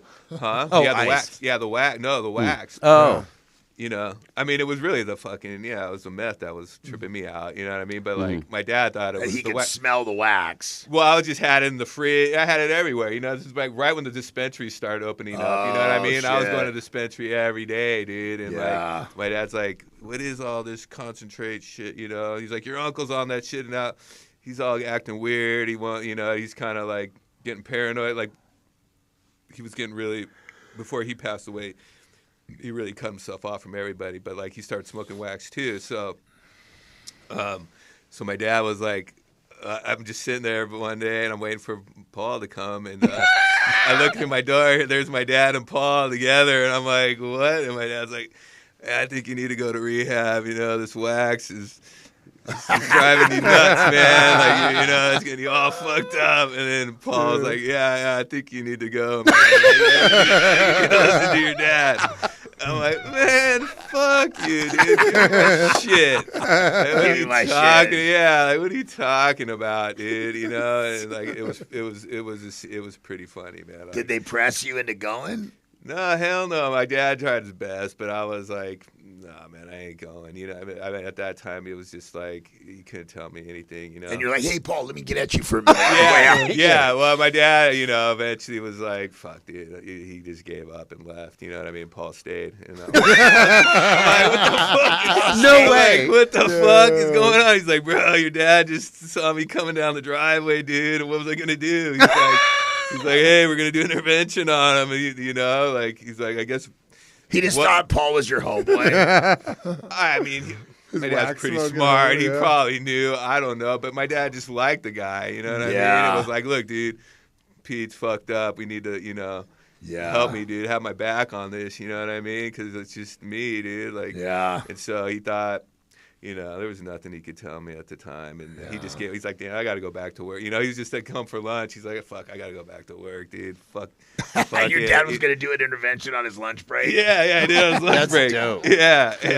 He's an efficient dude. Yeah. He's probably used to getting shit done. Yeah, dude. He's very I love efficient, that. So. But, man, you cannot fucking, unfuck a brother, a kid that's on the shit. Oh, man. dude, you know yeah. what I mean, there's nothing you can tell someone when they're not ready. No. And I heard this Al-Anon person say one time when I was trying to help this kid of his, he was like just terrorizing me, Lazy, Rocco, all of us trying to help this kid that Rocco grew up with that was an absolute fucking nightmare. And the guy was like, oh, you take him here, you know, oh, he's here now, and fucking here's the number where he's at. And we were trying to help him get back into Lazy's place. And the guy went to an Al-Anon meeting that night. And I called him the next day, and I'm like, hey, I think we figured out where he is, and blah, blah, blah. And the guy goes, man, I was at an Al-Anon meeting last night, and I heard this woman say, when they're ready, they can get sober in a Baskin Robbins. Mm-hmm. You know, it's like when you're not ready, you can't hear shit. Yeah. Floyd has the best. Floyd was going to do an intervention on some celebrity and shit who had a lot of money, and he was like all nervous. And he called Mickey Bush, you know? I was at Mickey Bush, one of his houses. And he called Mickey Bush. He goes, Mickey, I'm scared. What do I say? And Mickey Bush goes, if he's ready, it don't matter what you say. Yeah. And if he's not ready, it don't matter what you say. Yeah, dude. Straight up, man. Bush, dude. That dude was Straight up. legendary. Dude, I have a nephew right now that's going through some mental illness stuff. And I called Chris Paulson. We got him fucking, you know, he has insurance. My brother has means to get him help. And he's like, we got you laced 2 places. You can go to fucking Washington State. To Chris's, our friend has a place in Washington State that you can do 90 days there, and when you're done, you can go to sober living in Portland. Yeah. Or we have the house at the top of Runyon. Yeah. That fucking baller house that they fucking. Up there. Yeah, that's crazy. Yeah. Or you can go to this fucking mega mansion at the top of Runyon that has massage therapy, acupuncture, all that shit. Crazy. Yeah. And my Chris made it so that my brother wouldn't have to pay any money out of pocket. He could go right now. Yeah. And my nephew chose to go to a homeless shelter in Charlotte, North Carolina. That's crazy. Well, you know what? And the truth be told, that might be the best place for him to fucking be. Yeah. Because you know how them fucking places are, you know? Yeah, well, it's you know what? The thing that's fucked up is I was telling my brother, because this is what my brother's fiance said, maybe it's better that he doesn't let him have his experience. You know, let him come when he wants. So basically, it. he went to the home. He was still getting high. He just wanted to get, or he's still doing whatever the fuck he wants to do, right? Yeah. But I would prefer that than to burn out these favors. Yeah. To have him like go and stay for 4 days. Yeah. I got a homie out there too if he wants. I got a homie out there. Yeah, I mean, I should hit you up about that after. Yeah, for sure. Yeah, you can't really. Dude, you can't. Yeah, you can't. There's nothing. I mean, when nothing. when I was ready, dude, it was like, you know what I mean? Like I was ready. You know, I mean, I really wasn't, but like I had burned the last bridge. You know what I mean? Like it was. Well, yeah. So let's talk about that. So 2009, your mom passes. You're staying with your dad. How many more years did you live with your dad? Sounded like the place was comfortable. It I would have been dude. there a long time too. So I got sober in 2017, and let's see, so around 2000, they finally got me out of the house around, I think it was 2015. Damn. I think it was. Yeah, so finally they got me out. 5 years chilling. Yeah, dude. I mean, it started getting bad, bro. Like, shit started getting crazy. Like, I started like collecting guns and fucking getting paranoid. Shit started hitting the fan. You know what I mean? And like, it was. My dad ended up moving out of the house. Dude. No way. Yeah, he ended up leaving me there, dude, because like I started getting that crazy. Damn. Yeah, and yeah, that's... but before, I mean, it was crazy because it was all going good, dude. So this is when I was like taking tons of, like I started getting really into psychedelics, and I was like, you know, I had my one homie that would just get me whatever the fuck he could get, dude. You know, DMT. You know, acid. Were you just going down the wormhole, looking shit up online, thinking dude, all this stuff's going on? Yeah, dude, I was going. No offense, but people like that are so fucking annoying, dude. You got all this time. Because you got all this time and you got resources, right? So you're getting drugs, and you got like Wi-Fi. You're at the family house, and you're just scanning for like how the Bush family is taking everything over. Dude, it was going down the I was going down the going down the rabbit hole. How Barbara Bush is a man. You know? I was getting pretty, deep out there, but I mean, shit was getting crazy though too. At the same time, like, I mean, basically, I was, smoking a lot of DMT and stuff like that. And did you like see the daily? elves? Oh, dude, I saw a lot of shit, bro. Like, I saw a lot. I saw a lot of shit, dude. Whoa. It was so. I mean, yeah, I'm not really gonna say that, but put it this way, like I was going. I was all right. So I got to say a little bit of this. But like, so I started smoking this shit, this DMT. You know what I mean? Like daily, dude, all day long, every day. Like I was like, so I was, I was like dosing, dude. Like, so on top of the meth, dude, I was also like, dropping acid, dude, for like months at a time. Oh, you know my what I mean? God. And smoking DMT and whatever the other psychedelics I could get. Oh wow. Were you smoking the meth or were you shooting it? This time, no, I've never really shot it, dude. I mean, Paul told me, he's like, dude, don't ever he's like, whatever you do, don't ever shoot meth. I'm like, why? He's like, because once you start shooting it, dude, and you stop, he's like, your dick won't ever work again. That's what he said. He told me that, dude. He's like, yeah. I was like, whoa, dude. Scared you. Really? Yeah. I mean, of course, I shot it a couple times, but like, you know what I mean? But I was like, yeah, maybe I won't shoot it, dude. I was just. So basically, I was eating it, dude, for a long time. Like I ate it, dude, because my nose was already jacked up from all the blow. You know what I mean? So like, I was after a while, I just couldn't even snort anything anymore. So I just started eating it, putting it in a little pill, dude. Oh, you put in the pill, yeah. Dude, I used to wrap it in a zigzag and eat. Yeah, That's what we would dude. do, the I would do that parachute, too. Yeah, if I had nothing else, do that. Parachute. Yeah. So, and that was getting me high as fuck, dude. You know what I mean? Until Yeah. I don't think. I did start smoking it later on, you know what I mean? I think that's what actually fucking brought me to my knees finally. Yeah. But this was when I was just still eating it, dude, and it was still, it was still working, but I hadn't totally destroyed everything. But like, yeah, I'm at the house. I'm like, shit's fucking getting weird. I made the mistake and told my sister, like. So basically, I was smoking this shit and and like meditating, dude. Like I used to meditate, dude. Like I started getting heavy into meditation, so I'd be like on DMT. On DMT, dude, and I'd just meditate for like 5 hours a day. Whoa. Dude. No yeah, way. I was like basically, I'm like, dude, if like. If like magic is real and shit, like I'm gonna figure out like if this shit's real, you know what I mean? I'm like, if that shit's real, because like this is like pretty much like magic in a jar, dude. Like you're seeing shit that's like alien. I mean, the first time I smoked it, dude, like literally, dude, I fucking died. You know what I mean? Like I basically like smoked it, and this voice was just like, oh yeah, you smoked too much, and like I just saw this whole diagram of my body. Yeah. Just shutting down like every organ, dude. It was crazy. Like my organs just shutting down, and then I'm like, I stopped breathing. I'm like, holy shit. I'm like, this is it. You know what I mean? And they're like, yeah, this is it, dude. Like this is, you did too much. And I just saw my whole body shutting down, dude. And like all of a sudden I stopped breathing. I'm like, and I just fell on the ground. I'm like, wow, dude. I'm like, I guess this is it. But I'm like, wow, it's not actually that bad. I'm like, fuck, dude. I'm like, all right, well, if this is it, I've heard when you die, like it's in our brain already, you know what I mean? So when you die, supposedly that the DMT is released, dude. So like, yeah, dude. So and I woke up and I was like, holy shit. And my homie was like, I come walking out, I was like, motherfucker. I'm like, you didn't tell me.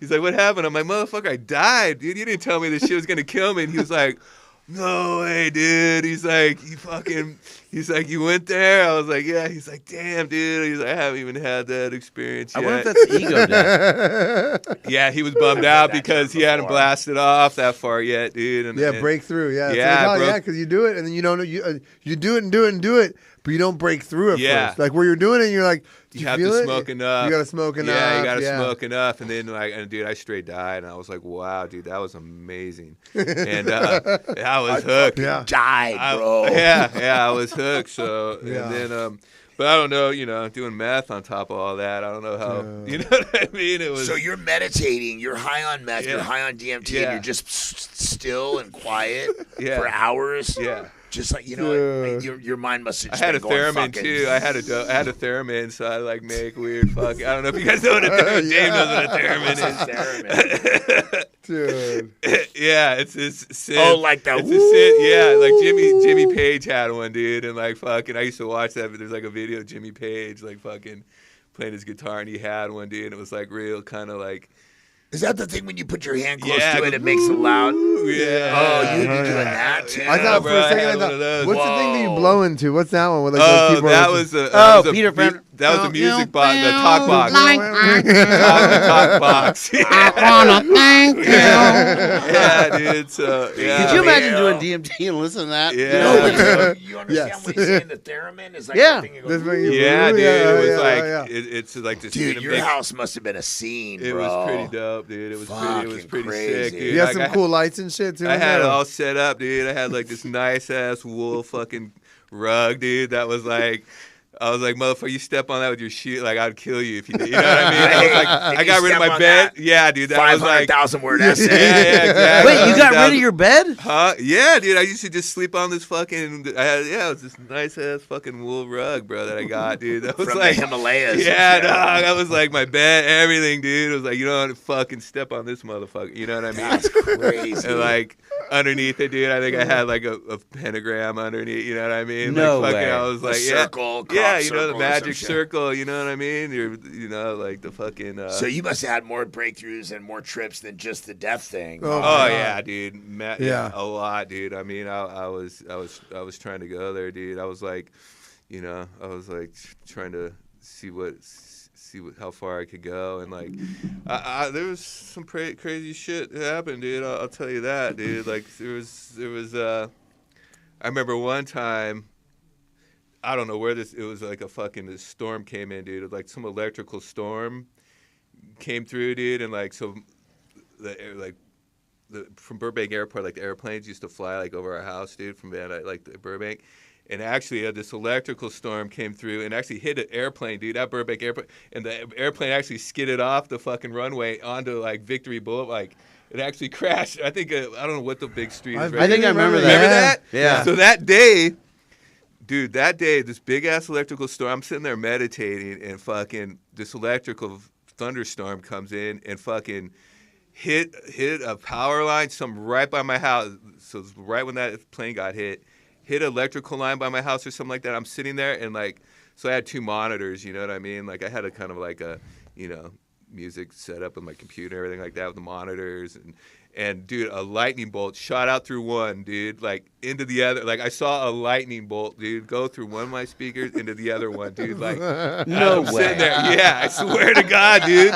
Like this thing must have hit like the power line or something that went through the power lines and through the house and through one of my speakers. Like it could happen, dude. Like I saw that shit. It went through one speaker, dude, right out of the thing into the other one, dude. I was like, "What the fuck was that, dude? I didn't know that could happen." And yeah, dude. I mean, Have you ever seen a ghost? I mean, yeah, dude. I've seen some pretty crazy shit. Like I don't know if they were like, yeah. Can we hear about it? I mean, yeah, dude. So I've seen some pretty crazy shit. Like I'm gonna say I don't know.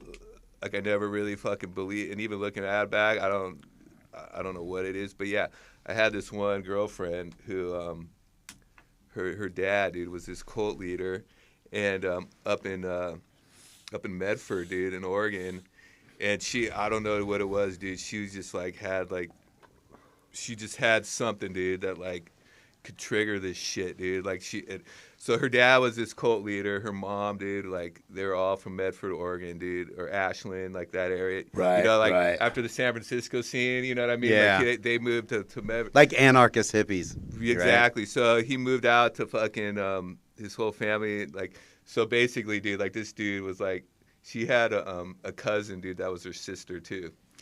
So, wow. So the dude was like had the whole it was just banging like sisters and like having kids That's and like crazy. yeah. So, but this dude he was pretty big, dude, and he ended up having a shootout with the feds, dude, and fucking was in prison like 25 years over it. But he had this big cult family, and like the mom was just cool as fuck, and dude, it's crazy because Wait, you were going up there? I actually went up there and met them all, yeah. But no, Joe, we were living down there right off of, we were living in Los Feliz, dude. Okay. Actually, we had a house in Los Feliz.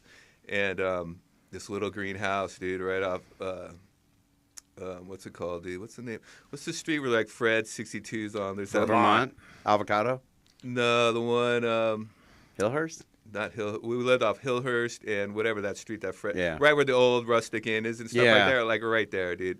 Talmadge, in between Talmadge and Hillhurst, on one of the little streets right there, and but her mom, dude, was like, so this is crazy, dude. Like her mom had all her kids at home, you know what I mean? With never.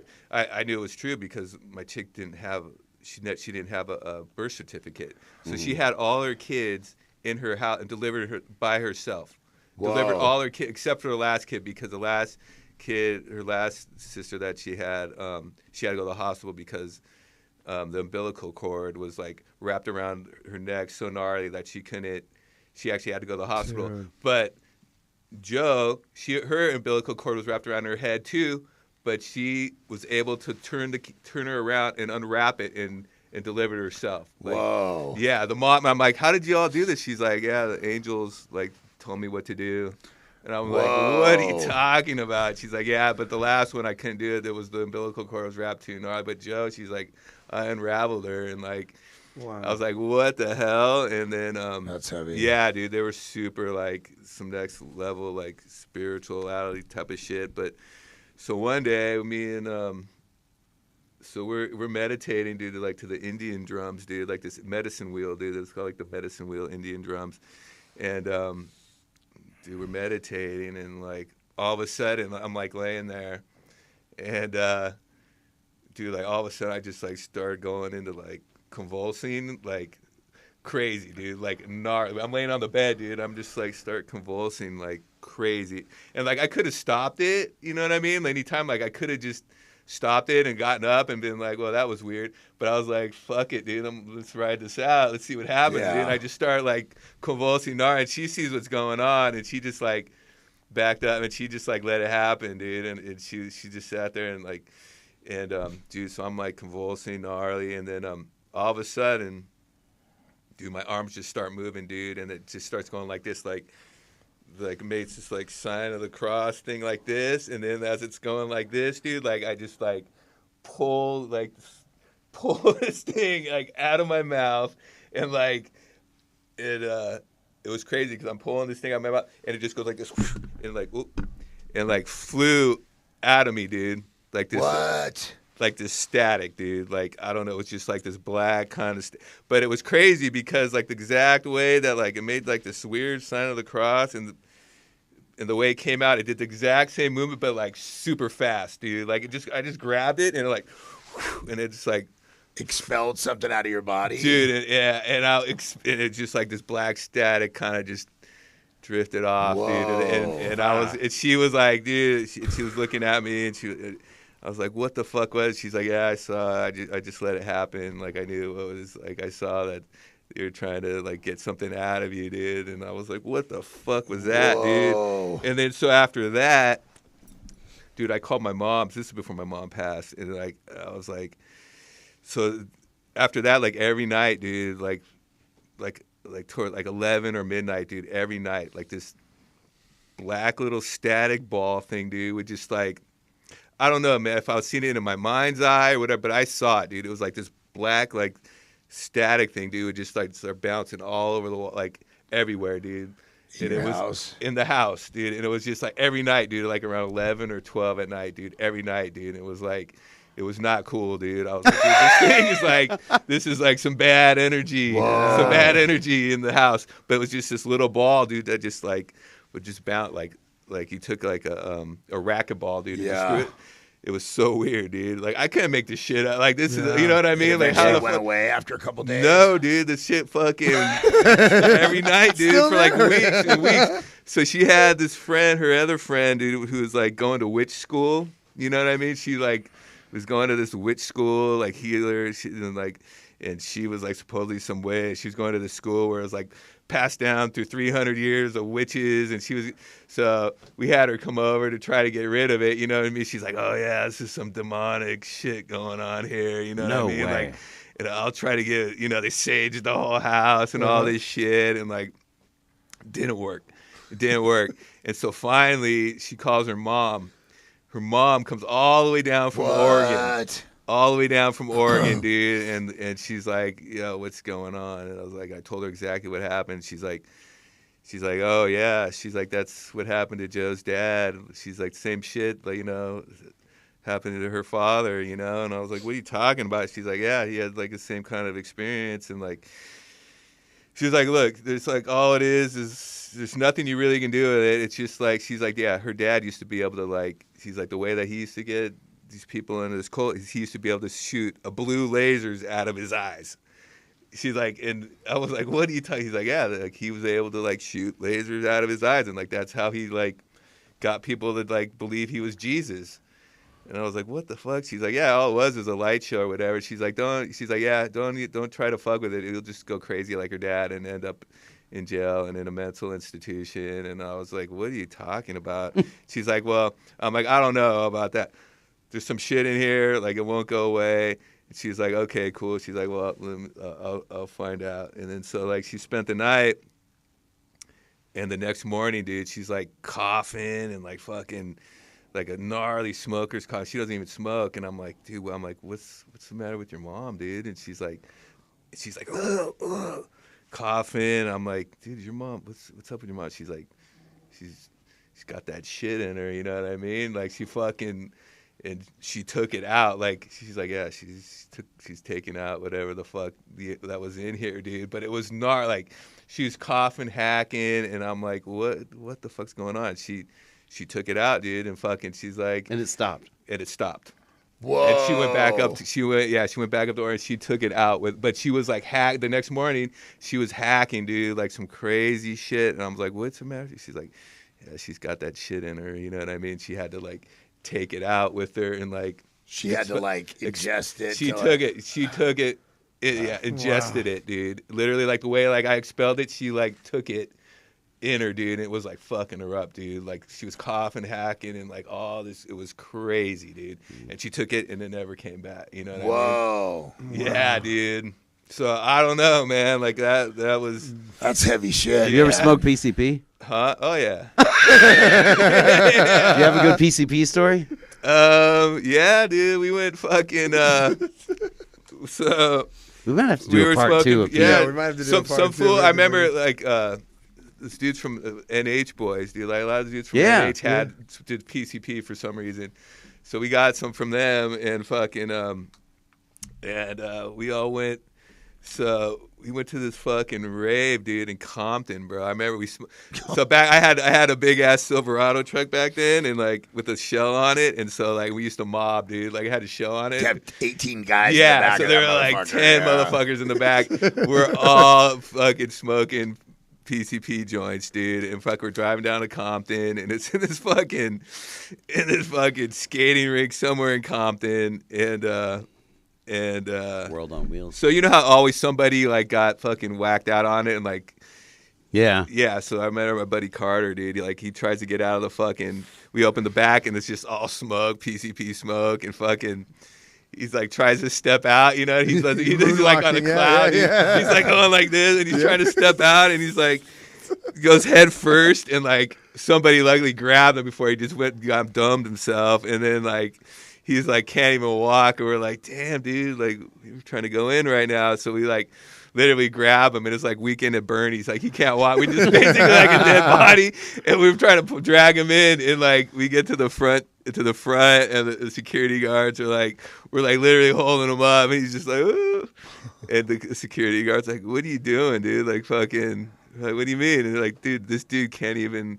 Stand up. You're literally like holding him up. It was literally like Weekend at Bernie. It was like a dead body.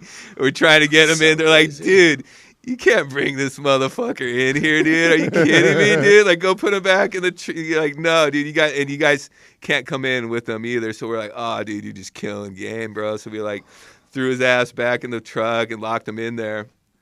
And we went in, and then it ended up getting break. You know, this was back when they were all illegal and shit. You know what I mean? So like. I think like something happened, but a fire, like it's too much electricity or something, and like something caught on fire, and the cops came, so whatever got shut down, and like we're walking back out, and we're like looking at my truck, and like there's all these people like looking in the truck. We're like, what the fuck's why are all these people looking at my truck? And we get there, and I like open the fucking back, and this dude like lunges at me from my neck. He's like, oh. He's like, damn, dude. He's like, fuck, I was just protecting your truck, man. He's like, oh, these people are trying to get in, man. He's like, I'm just trying to protect your truck, dude. Like, he's like, these fools are all trying to break in your truck and shit. I'm like, oh, it's so good, bro. But that was a pretty good one, dude. I've heard a couple of stories about people like talking about locking people in cars when they're all fucked up. Like the two homies from Impact. I was listening about their episode. The first time he did a shot of speed, they tried to lock him in the car. Like, what the fuck is that? Would he break all the windows out and got the fuck out of there? That was crazy. That's a crazy story. But so anyway, so you finally get sober, right? When did you get sober? 2017. September 27, 2017. It's incredible, bro. Yeah, so it's 8 years now, but that all went down at your dad's house? So no, dude. So he ended up kicking me out. And so I was living in the whole motel for probably like 2 years, dude. I was like jumping from motels to motel. Like, did you ever stay at the Tokyo Princess Inn in Encino? Which one? No, the 777 on Sepulveda. Remember that one? Yeah. I was posted. I had that shit on lock. Dude. They were cool to you?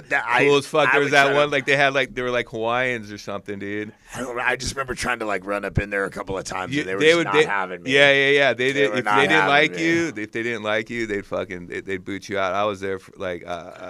So my dad would come and pay the lady. Yeah, your money was long. Yeah, so my dad would actually come and pay her. And I was up in there for months, dude. Like months and months. And like she was cool with me until one day these lady of the night, you know what I mean? like came in one night and they were like so it was her mom and her and she's like, hey, let's just, ditch my mom, get rid of my mom, and like, and me and you will go do our own thing, you know what I mean? And so, yeah, so so they didn't like you know what I mean? Like, they did not like prostitution up in there. So like, soon as like this chick, like, they showed up, pretty much are like, oh, you got to go now, dude. Like, you're hanging out with these. To you? Yeah. So they booted me out of there after that. But like, but I was everywhere, dude. Like, the Olive fucking motel. Oh, right? Yeah. You know the Olive? Yeah, of course. Dude, that place was nasty. They had the Olive. Yeah. You know what's the worst one is that one right there on by Western in Hollywood. It had the little pool. There was a pool in front where 3 people actually died in that pool. Wow. Oh shit. Yeah, Isn't it a fancy hotel now though? Yeah. No, it's across the street from it. It's a fancy one. The fancy one across the street. Yeah. This one's like a weird one on the west side of the street. That one. That was on the east, one was so creepy, dude. Yeah. Like, I don't know, there's never anyone in there, dude, and like it was so ghetto, dude. And like every time they'd know, like, those East Hollywood hotels are all there was some terrible ones. I never stayed in any of them spots. They were all fucked up. The Valley, though, they're all. They were much better, dude. They were much better. The 777 was a Motel 8, dude, down there on like Sepulveda, Van Noen. Yeah, I did. Those Sepulveda motels. Oh, dude, they were grim. Yeah. But then somehow I got lucky and ended up at an Airbnb. So I was staying at this one actually that was. Oh yeah, nice. This is a great story. Yeah. So I ended up. Brunswick. There's this one motel that I used to stay at that was like pretty nice. It was right next to Universal Studios, and right there on Ventura, and the Knights Inn, the one that's, is it the Knights Inn or the fancy one? It was the Knights Inn. It wasn't a super fancy one, but like a lot of people from Universal Studios, like when they were coming to would stay there. So it'd get more expensive on the weekends, but like during the week it'd be like 100. It's so fucked, dude. Yeah, people come from like Minnesota to go to Universal Studios, and they're online and they're like, oh, the Knights Inn. It's like you walk across the street, and I don't have to stay at the Universal Sheraton. That's like $300 a night. Yeah, but you go there and motherfuckers like him are living there. Yeah, dude. So I was up in there, and the dude was like, basically, this was like when Airbnb was brand new, and he's like, "Hey, dude," he's like, "Why don't you just go get an Airbnb?" And I'm like, "Well, what the fuck is that?" He's like, "Dude, it's the same price, but you could like literally just get like a monthly rate, dude, at one, and you know what I mean?" I was like, "Oh, hell yeah!" So I was like, the manager was telling you that. The manager, he was cool. Dude, with I have me. a funny story. The manager. Yeah, you know, I'm talking about that. He was like that. Was he like a younger, yeah, Persian guy or something? Yeah, dude. That motherfucker went sideways on me one really? time and shit. He was like, he's like, you know cocaine is a hell of a drug. He's like, nah. Shit. You know exactly what I'm talking about. He lived right there in the front. He lived right in the office right there. Yeah. So he fucking, yeah, dude, he hooked me up with Airbnb. He's like, dude, just go Airbnb it, dude. Like, he's like, you might as well, bro. It's, you know, it's like actually a little cheaper than this shit. So then I ended up in this nice ladies' guest house right there on like Franklin and Western, dude, on the like the Griffith side of Franklin, dude. It was nice, dude. So I was there for like, this was like the last 2 years of my yeah, and and this is so I started getting this. So I was already. This is when I started smoking it. Paul would be always coming over, delivering shit. Fucking, you're in Los Feliz now. Yeah. Well, you know, he was delivering down there, you know, like to the bars and shit right there and Sunset, and he was coming there delivering. But like, so at this point, dude, I'm like thinking, you know, they're after me. How long did you Airbnb that place before she offered to rent it to you? Probably like 8 months, probably like 8 months. She's like, "Are you ever gonna leave?" And I'm like, she's like, "How long you plan on staying?" And I'm like, "As long as you'll let me stay here." And she's like, "All right, dude, I'll just give you a regular leash." You know what I mean? And then her and my dad became like pretty good friends. It was funny because one day, so this one chick that used to work for her ended up owing her a bunch of money, like $8,000 or something. This one chick that used to work for her, whatever, owed her like $8,000, and my dad somehow found out, set up this whole fake scheme, dude. And she's like, "I'll pay you." She always used to be like, "Your dad will give you $400 if you could pass a drug test." And I'm like, "Hell no, I ain't taking a drug test. Hell no, no way." All the time. And she's like, "All right." She's like, "Your dad," she's like, "I'll pay you $200, but you got to go serve these papers." She's like, "Your dad, you know, you got to go serve a subpoena papers to some lady." And I'm like, "All right, let's go do it." And so somehow my dad set up this whole like fake interview thing with this chick that owed her money. Yeah, so she's like, "All right, you know, she's gonna be in there. You know, she's expecting a job." You know, so she's going to go on an interview, and she's like, "You're just going to go in there and hand her these papers." And so it was like some cafe, and I don't know how my dad like set it up. Like she thought she was going to get a job with my dad or something, dude. I don't know. My dad did it all. She's like, "Your dad did it, so here, he gave you $200. Just go serve these papers." So I went in there, and like this chick's just sitting there with her like portfolio all out, and like she's waiting to get like she was all like stoked, like, and I was like, I walk in there. And I was like, damn, she's going to be so bummed. And I was like, "Here, you're served." And I felt so bad. She's like, she even said, "Thank you." I was like, "What the fuck did you just thank me?" And she was just so bummed. I was like, damn, I actually felt really bad, man. She was like so bummed. I was like, I just served her. She's like, "Thank you." I was like, damn, that's fucked up. He thought she was getting a job. Were you high on meth? Huh? High on meth? Yeah, dude. I was one time super high, and a cop pulled me over. And I was just getting off of working a shift at a restaurant, but I was already like high. And a cop pulled me over, and I was like, "Fuck!" I had like a little bit of dope, and he just gave me a ticket. Like I'm like, "Thank you," and he's like, "What are you thanking me for?" Yeah. Because you're guilty. You're guilty as fuck. Yeah. He's like, "I'm like Thank you. Getting out of here without you finding my dope." Yeah, dude. I don't know what you're thinking. Yeah, dude. But so then at that point, so this is like. Yeah, right before. I mean, dude. So she pulled you into a bunch of little schemes. And yeah. scams, Like tried. You know, she was cool. She like. Was she a drug user too? No, dude. She was an ex-Scientologist, dude. She owned a bunch of Airbnb. She owned a bunch of Airbnb. So like, she would have me come around, do like handiwork. Like she she'd like be like, all right, I'll give you some money if you clean out the garage, or like come with me to my other Airbnbs. Like I need some shit moved, you know, and like I'd help her do that. She was cool. She actually became like you could work for like 45 minutes at a time. Yeah, dude. She was cool, man. And then. And she's like, I know you're on something else. She's like, I'm just taking acid. She's like, I know you're doing more than. She's like, I know, just take a drug test, you know, like your dad said he'd give you $400 or something. I'm like, hell no. And she's like, I know you're on something else. She's like, I'm going to, and so she can never come into the play, like, show. Yeah, place is your place. Yeah, you can't come in there. And she knew I was like destroying it because I was just tweaking hard. She, you know, at one point she's like, "I'm gonna come in there and I know you're fucking shit up in there," and I'm like, "No, I'm not." And so at this point, dude, I'm thinking everybody's after me, dude, and I'm like, so I grabbed like a ladder, and there was like a skylight in the bathroom, and like I put the ladder, so I'm not even going out you know, because I'm worried she's watching me come and go, and like I'm just thinking they're all after me, and like so I had the ladder, and I unscrewed the skylight, and so I used to like. I wasn't going to the front door. I was going out through the skylight.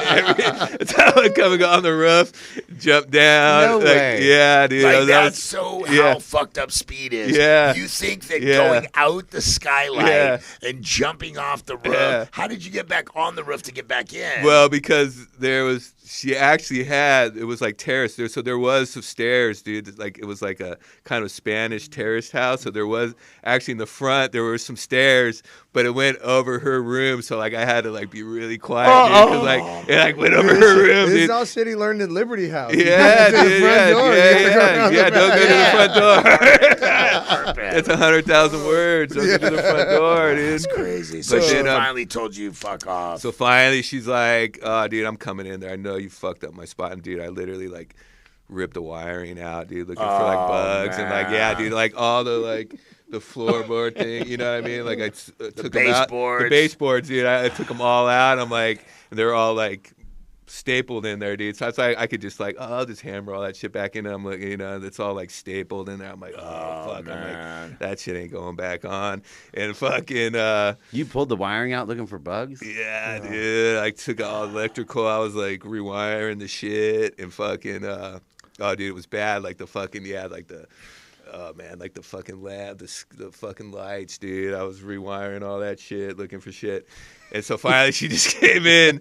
She just came in one morning. I'm like, oh, I'm done, dude. Like this fucking. She hit the wall when she came in. Yeah, she came in, and then she's like, all right, like you either got to go to rehab or, you know, dad said you either go to rehab or fucking, you know, he hit the streets and shit. I'm like, all right, well, let me. Sounds like it's time. Yeah, so I remember my dad tried to give. I think it was what's the one, La Casitas or whatever, and fucking Las Encinas. Las Encinas. Yeah, he tried to take me there, and I was like, I went and like I don't know what I told him, but they're like, yeah, we can't take this guy or something. I was like, see, like they're like, yeah, we can't take him. He's like still. I don't know what happened, dude, but I was like. I'm not. That place was creepy, dude. I'm like, I'm not going there, dude. I'm like, it's like 130 years old. Yeah, W.C. Fields was there. Really? Yeah, dude. It's old school. I'm like, this is like some weird. So I was like, yeah, I don't know about this, and he's like, I don't give a fuck where you on it. So I remember he dropped me off at the Night's Inn again. He's like, I don't care where it is. You better find a place tomorrow, dude. He's like. This is your last night, dude. He's like, fucking, you better, I don't care, but you're going somewhere tomorrow, dude. That's it. And then, so my cousin at the time, she's sober too. My cousin Katie, dude. She's a big part of my sobriety. That's cool. She was working at. Shout out Katie. Yeah, shout out Katie. Yeah, she's like the only one of my family. Me and her, I think, are the only ones, you know, gang of alcoholics, but we're the only ones sober. And so she was working at, it was called the Creative Care, dude, out in Malibu. And, oh, I've heard of that. Yeah. No, wait, that's the one that's up on the hill, right? Yeah, Zumarez, yeah. It burned down? The whole neighborhood. There was like 10, he owned like 10 houses up there. Yeah, he's like a Persian doctor guy, right? Yeah, I met him Dr. before. B, yeah. I almost went to work for him. He bitch and play. Well, when I worked at CRLA. So you know the place, yeah. Beautiful house. Yeah. So he owned the whole neighborhood there, dude, and it burnt down in the fires, dude. You know what I mean? Oh, damn. All of his places? Oh, the whole neighborhood, every single house. That's Zumarez. Zumarez, right up Trancas. Yeah. Dude, one of the most beautiful neighborhoods. Yeah, oh yeah, yeah. I remember, Yeah. So she was working there, and I remember it. I was like, oh wait, she's. So I called her up. I'm like, hey, she's like, she had already been reaching out, you know what I mean? Like, every once in a while, like, yeah, I'm sober now. Like, and so I remembered. I was like, oh, yeah, Katie's working at a rehab. And so I called her up, and she's like, oh, just come. They already said they'll accept you. Yeah, they got, they'll take your insurance. You don't got to pay anything. Just tell your dad fucking just drop you off, you know what I mean? And so I was like, oh, hell yeah, Malibu. And then so my dad picked me up and fucking dropped me off there. And yeah, dude, it was pretty nice. It was pretty crazy, dude. I mean, it was the worst. It was the worst kick ever. Way worse than any heroin, dude. Really? Oh, dude. What were you doing? Just that meth, dude, for 10 years straight. Oh, damn. You know what I mean? Like, it was the worst. That's a long meth run. Yeah. 10 years straight is long. Yeah, You know what? I even Fucking read, 2 years straight is long. I even read somewhere that, like, it is physically addictive. They say it's psychologically like cocaine, too, but that meth somehow attaches to your cells, that when you stop doing it, it's like your cells aren't whole anymore. Oh, dude. You know what I mean? Yeah, You're you're like not physically, like, you can't fucking. Dude, I couldn't do anything, dude. Like, I couldn't watch TV, dude. I didn't want to eat. I couldn't sleep. Dude, for like 9 months, it was the worst. Oh. The worst, just total depression. Like, I did not want to do anything. Like, and I'm in Malibu, dude. And then I'm with the sober living right down there, too, at Riviera, which is a sober living right down the street, right at Zuma 2. And I'm there, and we're like right on fucking, right overlooking Zuma, dude, the beach. And like, I'm like. Yeah, you could be out there like tanning. Yeah, everyone's and up there surfing and shit. I mean, I grew up surfing shit. right there, you know what I mean? I'm like, You had no interest. No interest at all. No interest in anything, dude, for like 9 months, you know what I mean? Damn. Dude, I mean, it was bad, way worse than any heroin. Hey, what goes up must come down. Yeah, so you know I mean, but you know what? I think that's what's made it stuck this time.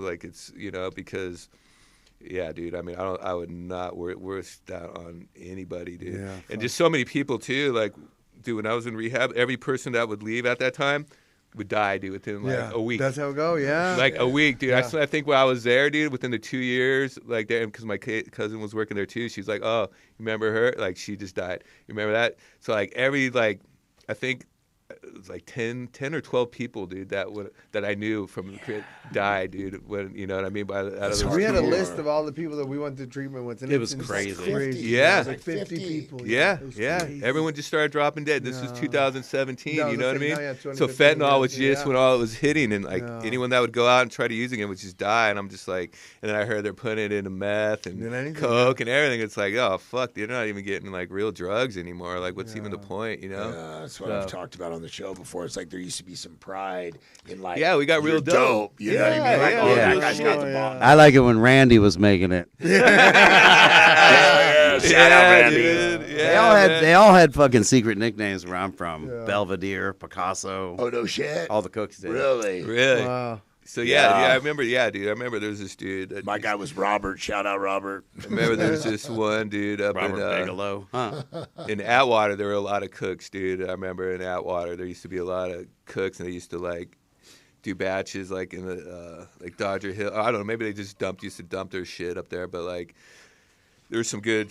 There was because a lot of my buddies were grips. You know what I mean? So like that's pretty much how I started getting turned on to it. Because like all of these grips were all on that shit. You know Really? what I mean? Yeah, all the grips, dude, were on that Back shit. in the day, man. The Yeah. first grip I ever met was a dude from Covina, and it fucking ruined his whole life. Yeah, dude, they were fucked Meth up. did.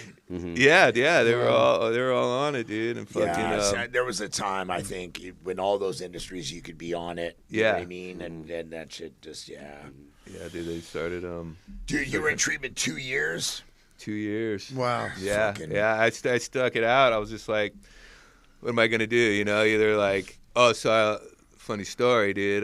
So it was like 3 months, I think, at the rehab, and so I used to go to Hawaii a lot. So like that was my thing, dude. Like I would get fucking strung out, you know. I'd be like, oh, go to Hawaii, and because a lot of my buddies lived in Hana at the time, and like whatever, dude. That was like whenever, you know, like shit was hitting the fan, my dad would be like, all right, here, we'd go to the fucking Larchmont doctor, get all the pills and that, and then go to Hawaii. Yeah. They go to Hawaii. So like for 10 years, I was back and forth, dude, forever, dude. And like, there was, you know, until heroin showed up in Lahaina, dude. And then like one time I went, and then I was living in Lahaina. I got an apartment in Lahaina at one time, and all of a sudden the heroin showed up there, dude. And I was like, because it wasn't there, dude, for like the 90s. I think it showed up in Maui, dude. Like, what was that? Was that 2000? Maybe it was 2000 because, so 2000.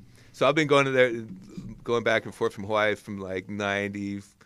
I think I first lived in Kauai, dude, when I was 18, dude. So, and that was 90. North Shore, Kauai. Yeah, Princeville. Yeah. Yeah, so I was doing roofing out there, dude, in Princeville. And then I lived in Kauai, lived on the Big Island, and mostly Maui and Hana. So, like, at one point, dude, my dad's buddy bought Richard Pryor's old house, dude, in Hana. Wow. And that was crazy, dude. I heard the stories they would tell us about Richard Pryor there, dude. Oh, the neighbors and shit. Well, the landscaper dude that was there. So he stayed on and helped us, and he was a cool motherfucker. And he's like, so Richard Pryor, dude. So He'd go there to stop doing coke, probably. No, dude. He would fucking send his wife to the hotel, and he would just fucking be on binges, dude. Like, he would just be smoking crack like a motherfucker. Wow. Dude, this sick ass pad, dude. It was like, it was 13 acres. It was like, there was a big ass pad, and then like, it was like some Tahitian looking house, dude. And like, but it had gold blind. Everything was gold, dude. They all had the same furniture. He bought it with all the same furniture. Gold table, gold glass tables, gold blinds. And this fool would just lock it up, dude, and just be in there for like, they wouldn't even come out for like 2 weeks. And he had a swimming pool, so there was a swimming pool at this house, and the only house with a swimming pool in Hana, dude. The only thing that the swimming pool was there was at the hotel. And so this dude, they'd say he'd be out there in his little, like, he didn't know how to swim, and he'd be out there in his little fucking with like, floaties. He's like, so yeah, Jonathan, the landscaper dude, was like, bro, he's like, I'd come over, and that dude would be in the pool with his floaties on, trying to swim, and he didn't know how to swim, smoking crack. He'd have hookers there, and he'd have his wife staying like at the hotel. Yeah, dude, he would just. Yeah, it was. Yeah, he was savage. Yeah, he was savage. So like, there was a lot. Yeah, dude. So like, I mean, besides, when heroin came over there, dude, it was there was a gang of meth over there too, dude, and fucking. I saw some crazy shit there. Dude. I got some crazy stories, dude. I mean, this was in Kona, when I'm at the bar, and so I'd already been like, so at this time I'm actually working for my uncle, dude, and we were painting tennis courts. So my uncle painted tennis courts, dude. And so he'd get jobs to do at the hotels out there. He started getting gigs doing all the hotels, like so we were at the Mauna Kea, like some big time fucking hotels out there, dude. It was pretty rad. So we were out there for like 8 months, dude, staying at like the Mauna Kea, which is like a 5-star hotel in the Big Island. Motherfuckers were like, well, they thought I was like a rock star, dude. There was only one other lady, dude, that like used to live at because these are like the cheapest rooms are like $1,000 a night, but like the whole staff and everything had no idea. They just thought I was like some rock star, dude. Like literally at one point, like they thought. I flew my chick out at the time. She was like blonde, like these Asian, like these tourists. I thought we were like Tommy Lee and Pamela Anderson. At one point, dude, it was funny, dude. They're like, like coming up taking pictures, dude. They're like, yeah, Tommy Lee and Pamela Anderson. Yeah, these Asian tourists, bro. It was funny. Dope. Yeah, dudes. But that's funny. Yeah, dude. But one night, I'm at the bar, dude, and I'm good friends already with the bartender, and he's just so I used to be out when they closed down. I'd stay after and drink and shit. And I was by myself, and some fool I'm sitting at the bar, and some fool just comes and just like, bam, just fucking swipes all the drinks on the bar, like hits me, fucking just like dives into everybody on the bar, dude. It just goes, drinks go flying. This fool bumps into me, and I'm just like, and the bartender's like, oh, what the fuck, dude? He sees it, and the bouncers just grabbed this dude, bro, like instantly. He was a local too, dude, Hawaiian, and then they grabbed that fool. I was like, damn. He's like, don't worry, bro. He's like, they kicked that fool out. Don't worry about it, dude. They handled it. And then like 20 minutes later, dude, the fucking police come in, dude, and fucking start talking to the bartender. And the bartender's like, holy shit, dude. He comes up, he's like, I'm like, what's going on? He's like, bro, the dude that just bumped into you, he's like, that fool's fucking dead, bro, outside dead. So this place was up like in this huge, it was in Kona, dude. There was like this huge like mall with so it was like 4 or 5 stories, dude. And it was on the top. And he's like, oh, dude, he's like, go look outside, dude. He's like, so it's like a 5-story wooden staircase to get up to this bar. And he's like, dude, go outside and look, dude, over the parking, over the rail. And fucking, I go out there, dude, and the dude's just fucking splattered, bro. Did the bouncers throw him there? Yeah, basically, yeah. They fucking threw that fool over the fucking. They just chucked that fool over, bro. So like, so the bar closed. They kick everybody out, but they let me stay because the bartender was cool and fucking. I was drinking after, you know what I mean? Me and him were just drinking, and everybody's out of there, dude. And fucking, I come walking out, and the cops, so all the detectives over there, and fucking, they have it all taped off and everything. They thought the whole place was cleared, you know what I mean? But it was just me and the bartender were still in there, and fucking, I'm like, oh shit. I'm like, they got the yellow tape and everything, and I'm like, fuck, dude. I'm like, do I just fucking, all the they have people are all gathered around. I'm like, fuck, dude. I'm like, I gotta get out of here somehow, you know? But this dude, it was gnarly. This dude's just fucking laid out, like, guts hanging, dude, like his guts hanging out of his mouth. And I'm like, fuck it, dude. So I was like, fuck it, dude. I just fucking start walking down the stairs. I pull the level tapes, duck under it. And all the detectives are like, what the fuck? Where's the crime scene? What are you doing in there? Whatever. I'm like, what do you mean, dude? I'm going home. You know what I mean? They're like, well, get over here, dude. Like, what are you doing? I'm like, dude, I was up there, dude. I had to leave, you know? And they're like, all right, man, you know, like, fucking whatever, dude. They fucking let me go. But, like, yeah, dude, they basically just fucking chucked that fool over the fucking rail, crazy. dude. Yeah, they don't play out there, dude. On Big Island, too. The Big Island is, like, heavily localized, dude. Like, way gnarlier than any of the other islands. Like, they don't like white people out there, you know what I mean? That's what I've heard. But like, so I used to, when I'd get, another funny story, so like, I'd get pretty tan when I'm in the sun, you know what I mean? I turn dark. So, and I remember one time I ended up hooking up with like the fucking coke dealer out there, all the local kids, you know? I remember I was like, damn, I need to buy weed, you know, or something, dude. So I was like, there's a head shop, and I like, just stood out there until I saw some kids, you know, like this cool kid in a Jeep, you know what I mean? And fucking, I see him roll up, and like they went to buy paper. I was like, hey, dude. I'm like, you know, where's the weed at, bro? And he's like, oh yeah, bro, fucking. And he was like the cool kid of the town. Like his mom was hot, dude. And she had like a fucking sick ass pad and fucking. So I ended up fucking hooking up with that kid, and then fucking, you know, the coke dealers and everybody, dude. I fucking just fell right into place. But so like some of the local dudes fucking, I remember everybody just wears board shorts, you know what I mean? And like when you take a piss over there, you just like, you don't even pull them down, you just like pull up the leg. And like, so he saw my farmer's tan, the one dude, and he's like, fuck, bro. He's like, how you stay so white, bro? He's like, I thought you was one Hawaiian king. I'm like, nah, bro. I'm like, nah, dog. I'm not, like, nah, I'm from the valley, dude. 818. They're like, what's the valley, dude? I'm like, the 818. And they're like, the 818. And they started going around. It was funny because they started telling chicks, like, oh, where are you from? And they're like, oh, you know, we go to fucking, you know, in L.A. and fucking, they're like, what high school you go to? They're like, is it in the 818? You know what I mean? Mexican-American. Yeah, the tourist chicks that are from L.A. They're like, yeah, funny. what's that, the 818, dude? You know what that is? And they're like, yeah, I live, you know, off Laurel Canyon there. And they're like, yeah, dog, the 818. But, that's amazing, funny, man. Yeah, it was, dude. Yeah, the Big Island, dude, was pretty crazy. Well, thanks, dude. Pete. Yeah, we're gonna have to bring you back on. That was fucking. We still got stories. Dude, We got time to go. Yeah, bro. Yeah. I mean, We should do some Patreons with him. Yeah. Oh yeah. dude, for we sure. could. Yeah. We'll definitely bring you back. And Yeah, we'll dude, let some I mean- Patreon story. Yeah. Yeah, bro. Yeah, for thanks sure, so much for dog. coming on. Yeah. And thank you guys at home for listening. We'd like to thank the Arts Arribas Foundation for hosting us, for giving us this place. If you're out there and you're struggling, you need help, reach out to Archer Rivas Foundation. They will help get you into a treatment center, into a sober living. If you need some clothes for court, or if you need fucking some money, if you're trying to like get your. You need a job. You need a job, yeah, whatever, yeah.